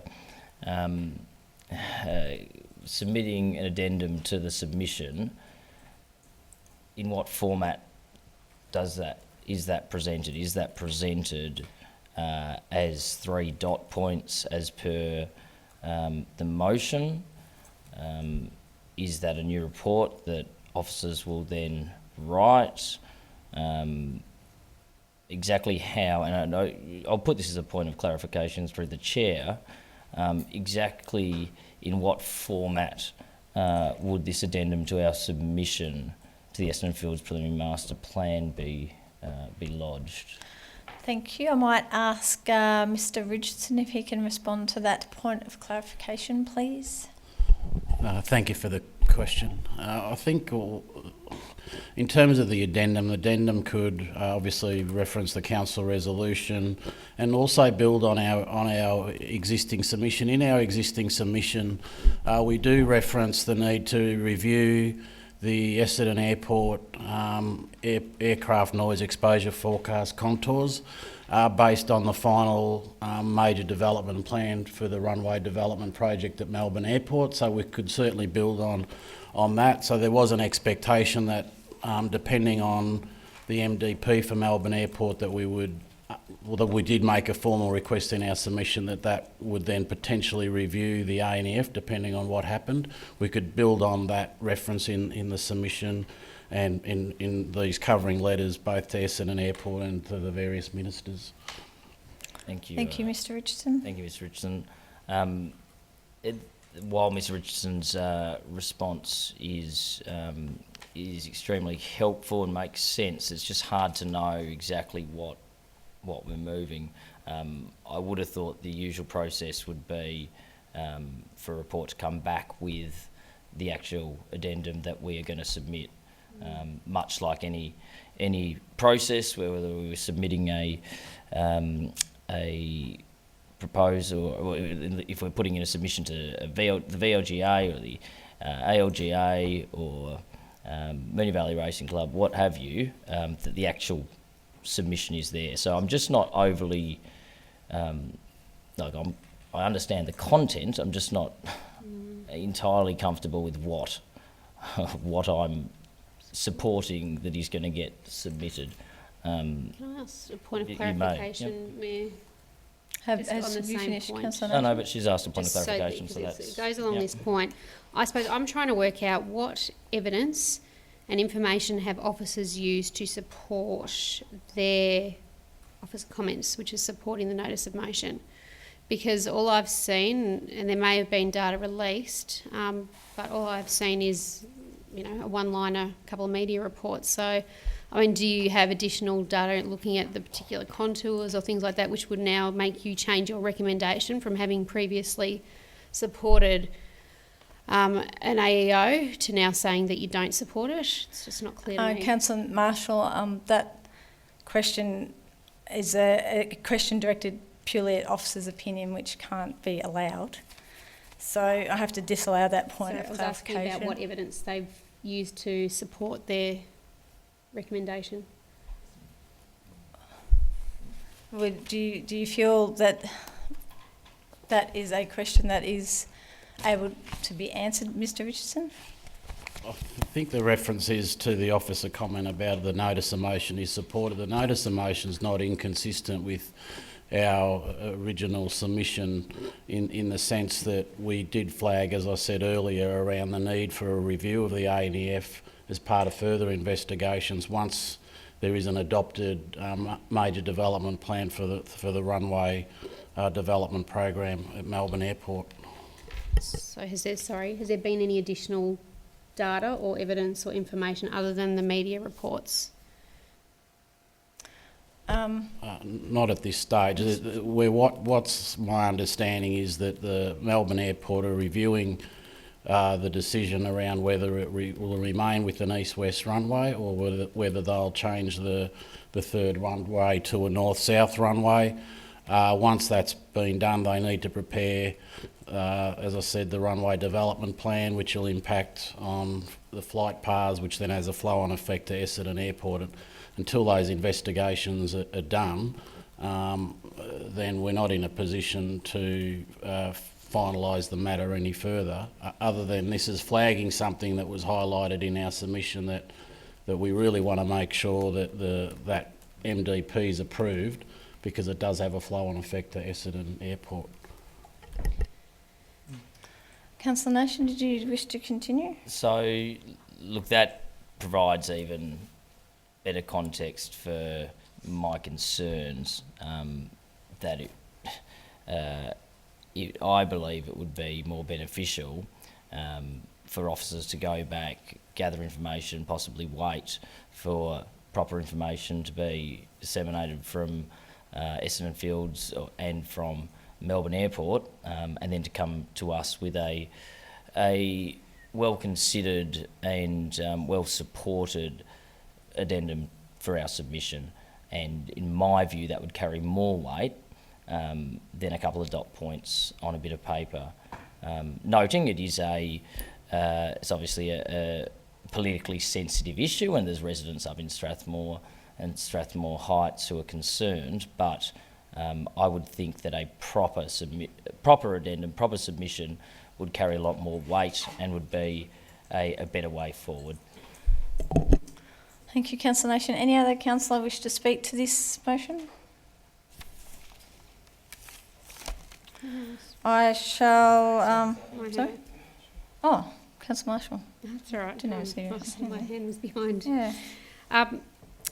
So, again, I'm just trying to understand the exact issues that Councillor Nation has raised. This, to me, is no issue with councillors putting up notices of motion. That's what we do frequently. But in terms of the officer response, I'm confused as to how those comments have come along like that and what exactly we are approving for submission here. Like, if it's literally the 3 dot points, can we have that clear? Like, I just it's not at all apparent, given the very detailed submission that you provided for us to review and approve. Some of us supported that, some of us didn't. So what we'll be submitting as an addendum? I just want to know, what are we approving here? Are you Sorry, asking Mayor, for as a point of clarification? Yes. I believe that's been answered already by Mr Richardson, so I don't think there's anything further that can be added to that. Well, what I don't understand though, what was... Well, I think I would advise councillors that they have a notice of motion in front of them, and so it's going to be the 3 dot points. On. Yes, as Mr Richardson alluded to earlier, or stated earlier. Well, it will be. Yes, sorry, it will be the 3 dot points. I've answered that point of clarification, Councillor Marshall, not that Mr Richardson's already answered it. Sorry, you said could, which is different to will. So I just want to be clear, what will be submitted will basically be something on Moonee Valley letterhead saying ... As per the notice of motion, as Mr Richardson spoke about earlier. So that's a yes. I'm concurring with what Mr Richardson said earlier. I'm not changing anything that Mr Richardson said. No, I'm not saying he answered the point of clarification, and that's... So is that a yes, point of Mr. clarification? Richardson? No, I'm not allowing any more questions to Mr Richardson. Sorry, he's answered the question, so... But, sorry, this is going to the heart. Like, I'm seeking clarification in relation to my understanding, not your clarification. You obviously understand it, that's great. I believe the question has been answered, Councillor Marshall. So how do you know about my understanding? If you are unclear... Yes, I am. That is a matter for yourself to deal with. Mr Richardson has already answered the question. This is a valid point of clarification. I'm asking something that can be answered by a one-word answer, yes or no. Mrs Richardson has already answered, What was the Councillor answer, Marshall. Mayor?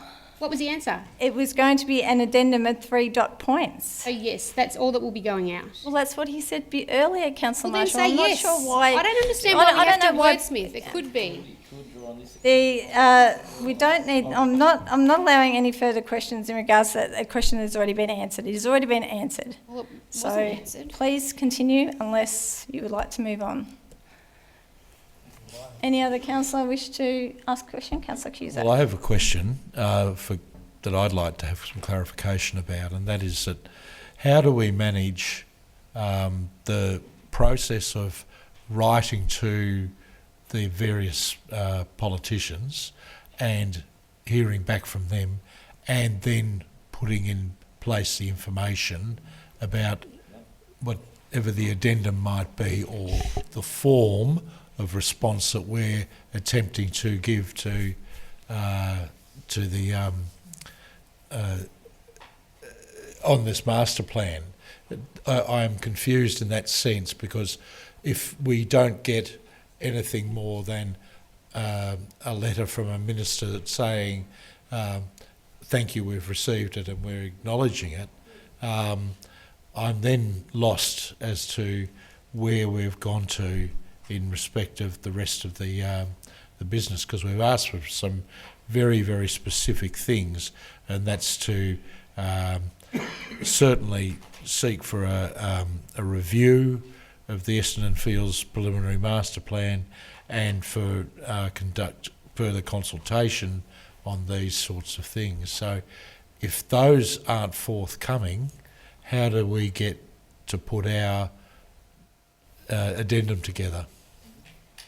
Or what is the time frame, and how would that work? And I'm not having a go at the motion. I'm just trying to see how it can be made to work and to be and its mechanics is getting those steps correct rather than just leaving it ultimately is a really good idea, but how do you implement it? Okay, any other councillor wish to speak to this motion?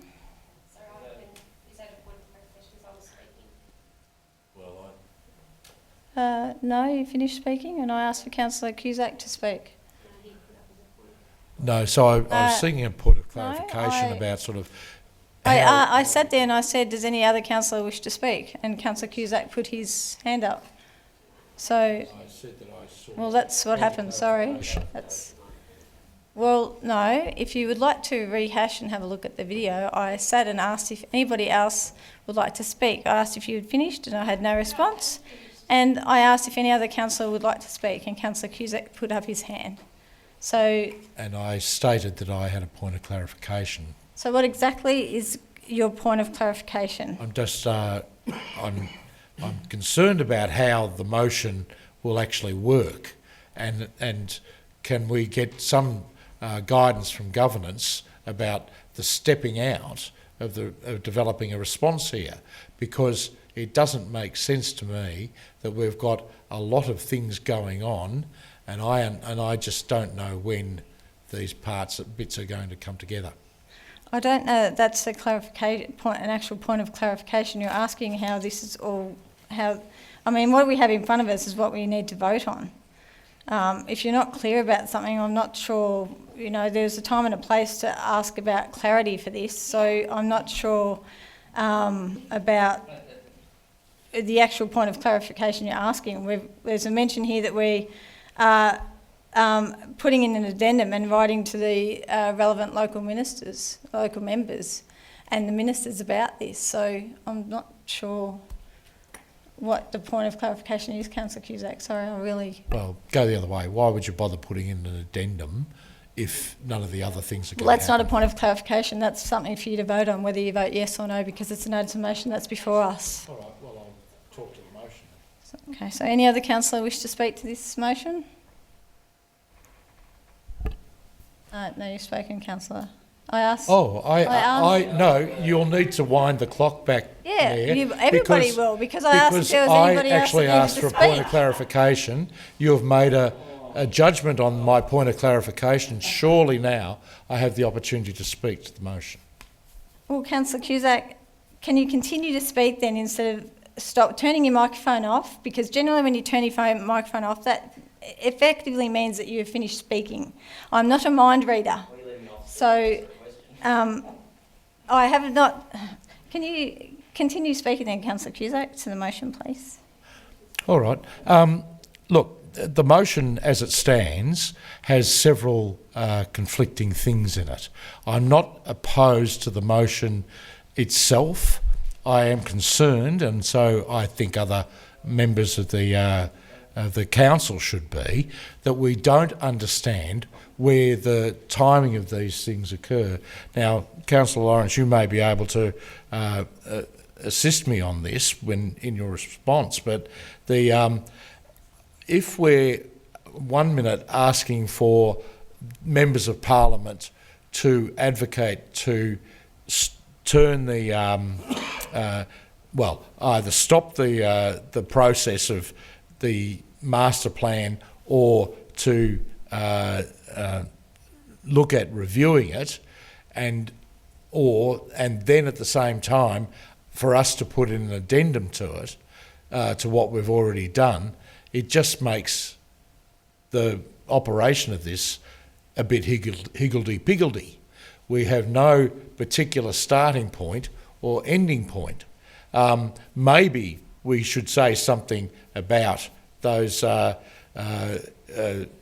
points 4, 5 and 6 being something along the lines of expect a reply by X, and should there be no response or there is information provided in those, then we will be able to move to putting in an addendum that would cover the other points that are in the motion.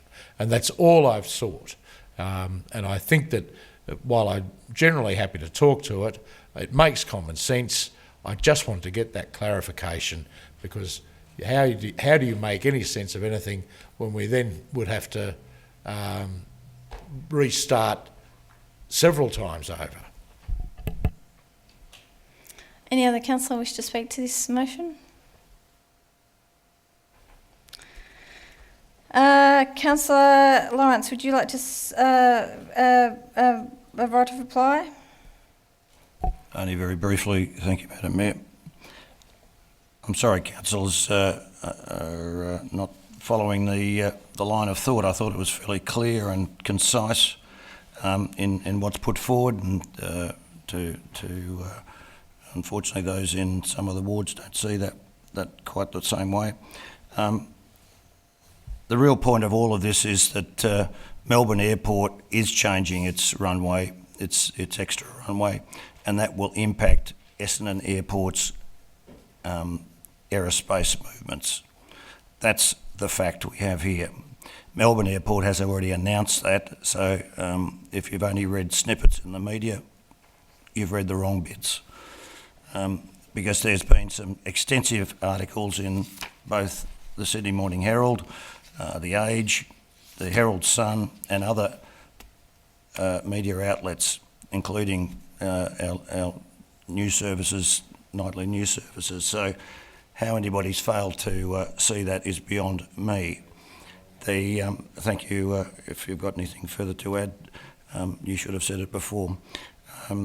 The point of it is that this is very clear as to what's being... Can we refrain from speaking, please, while other councillors are speaking? Excuse me, Madam Mayor, if I could not be interrupted through you. Councillors, can you please refrain from speaking and show respect to other councillors? Thank you, Madam. Thank you, Madam Mayor. Please, can you stop, please? I've asked... So finally, the point of the exercise is that we do have the opportunity to put an addendum into our submission, and that's really what this is all about. We're not asking for an encyclopedic analysis. It's purely pointing out that there has been a change in what is being proposed by Melbourne Airport, and that will impact obviously on the Essendon Fields Preliminary Master Plan 2019. We need to be mindful of that. We need to be proactive in relation to that. If we sit on our hands and wait for further reports to come in and fiddle-faddle around, we're not going to get anywhere on this. We've got to be out there putting stuff out there as a local council that is going to be severely impacted if we don't do anything. That's all I've got to say. Thank you. Thank you, Councillor Lawrence. I shall put that to the vote. All those in favour? Councillor Sorais, Councillor Sypek, Councillor Marshall, Councillor Sharp, Councillor Cusack, Councillor Gadjimrichi, Councillor Lawrence. All those against? Councillor Nation, Councillor Byrne. That motion is carried. The next point is urgent business, and I don't believe we have any items of urgent business. Do any councillors have anything they'd like to report on in their roles as delegates? No? Thank you, Madam Mayor. Just briefly, as Council Delegate to Metropolitan Transport Forum, I attended on Saturday just a strategy summit that was held. There were probably about 8 of us that attended, and it was just in relation to moving forward with Metropolitan Transport Forum, how we are seen, how they are seen as an organisation of a collective of different transport bodies and groups, councils, memberships, representation. So there will be a further report coming out from that, following on from that small, it was like a workshop that we did, and hopefully that moving forward there will be some great outcomes, because they are a great independent organisation and body that have some great speakers and lobby hard for transport basically across Melbourne, Victoria. Thank you. Thank you, Councillor Sorais. No other councillor? No. The next item of business is confidential reports. So there is one confidential report this evening. So councillors, can I have a motion that the meeting be closed to the public under section 89(2)(d) of the Local Government Act 1989 to consider confidential reports? Councillor Sorais, thank you. Do I have a seconder? Councillor Byrne, thank you. Put that to the vote. All those in favour? That's unanimous. Thank you. So this is where we say goodnight to members of our public gallery and those watching via live stream. Thank you for your interest. We shall be back in 2 weeks' time. The meeting is now closed. Thank you.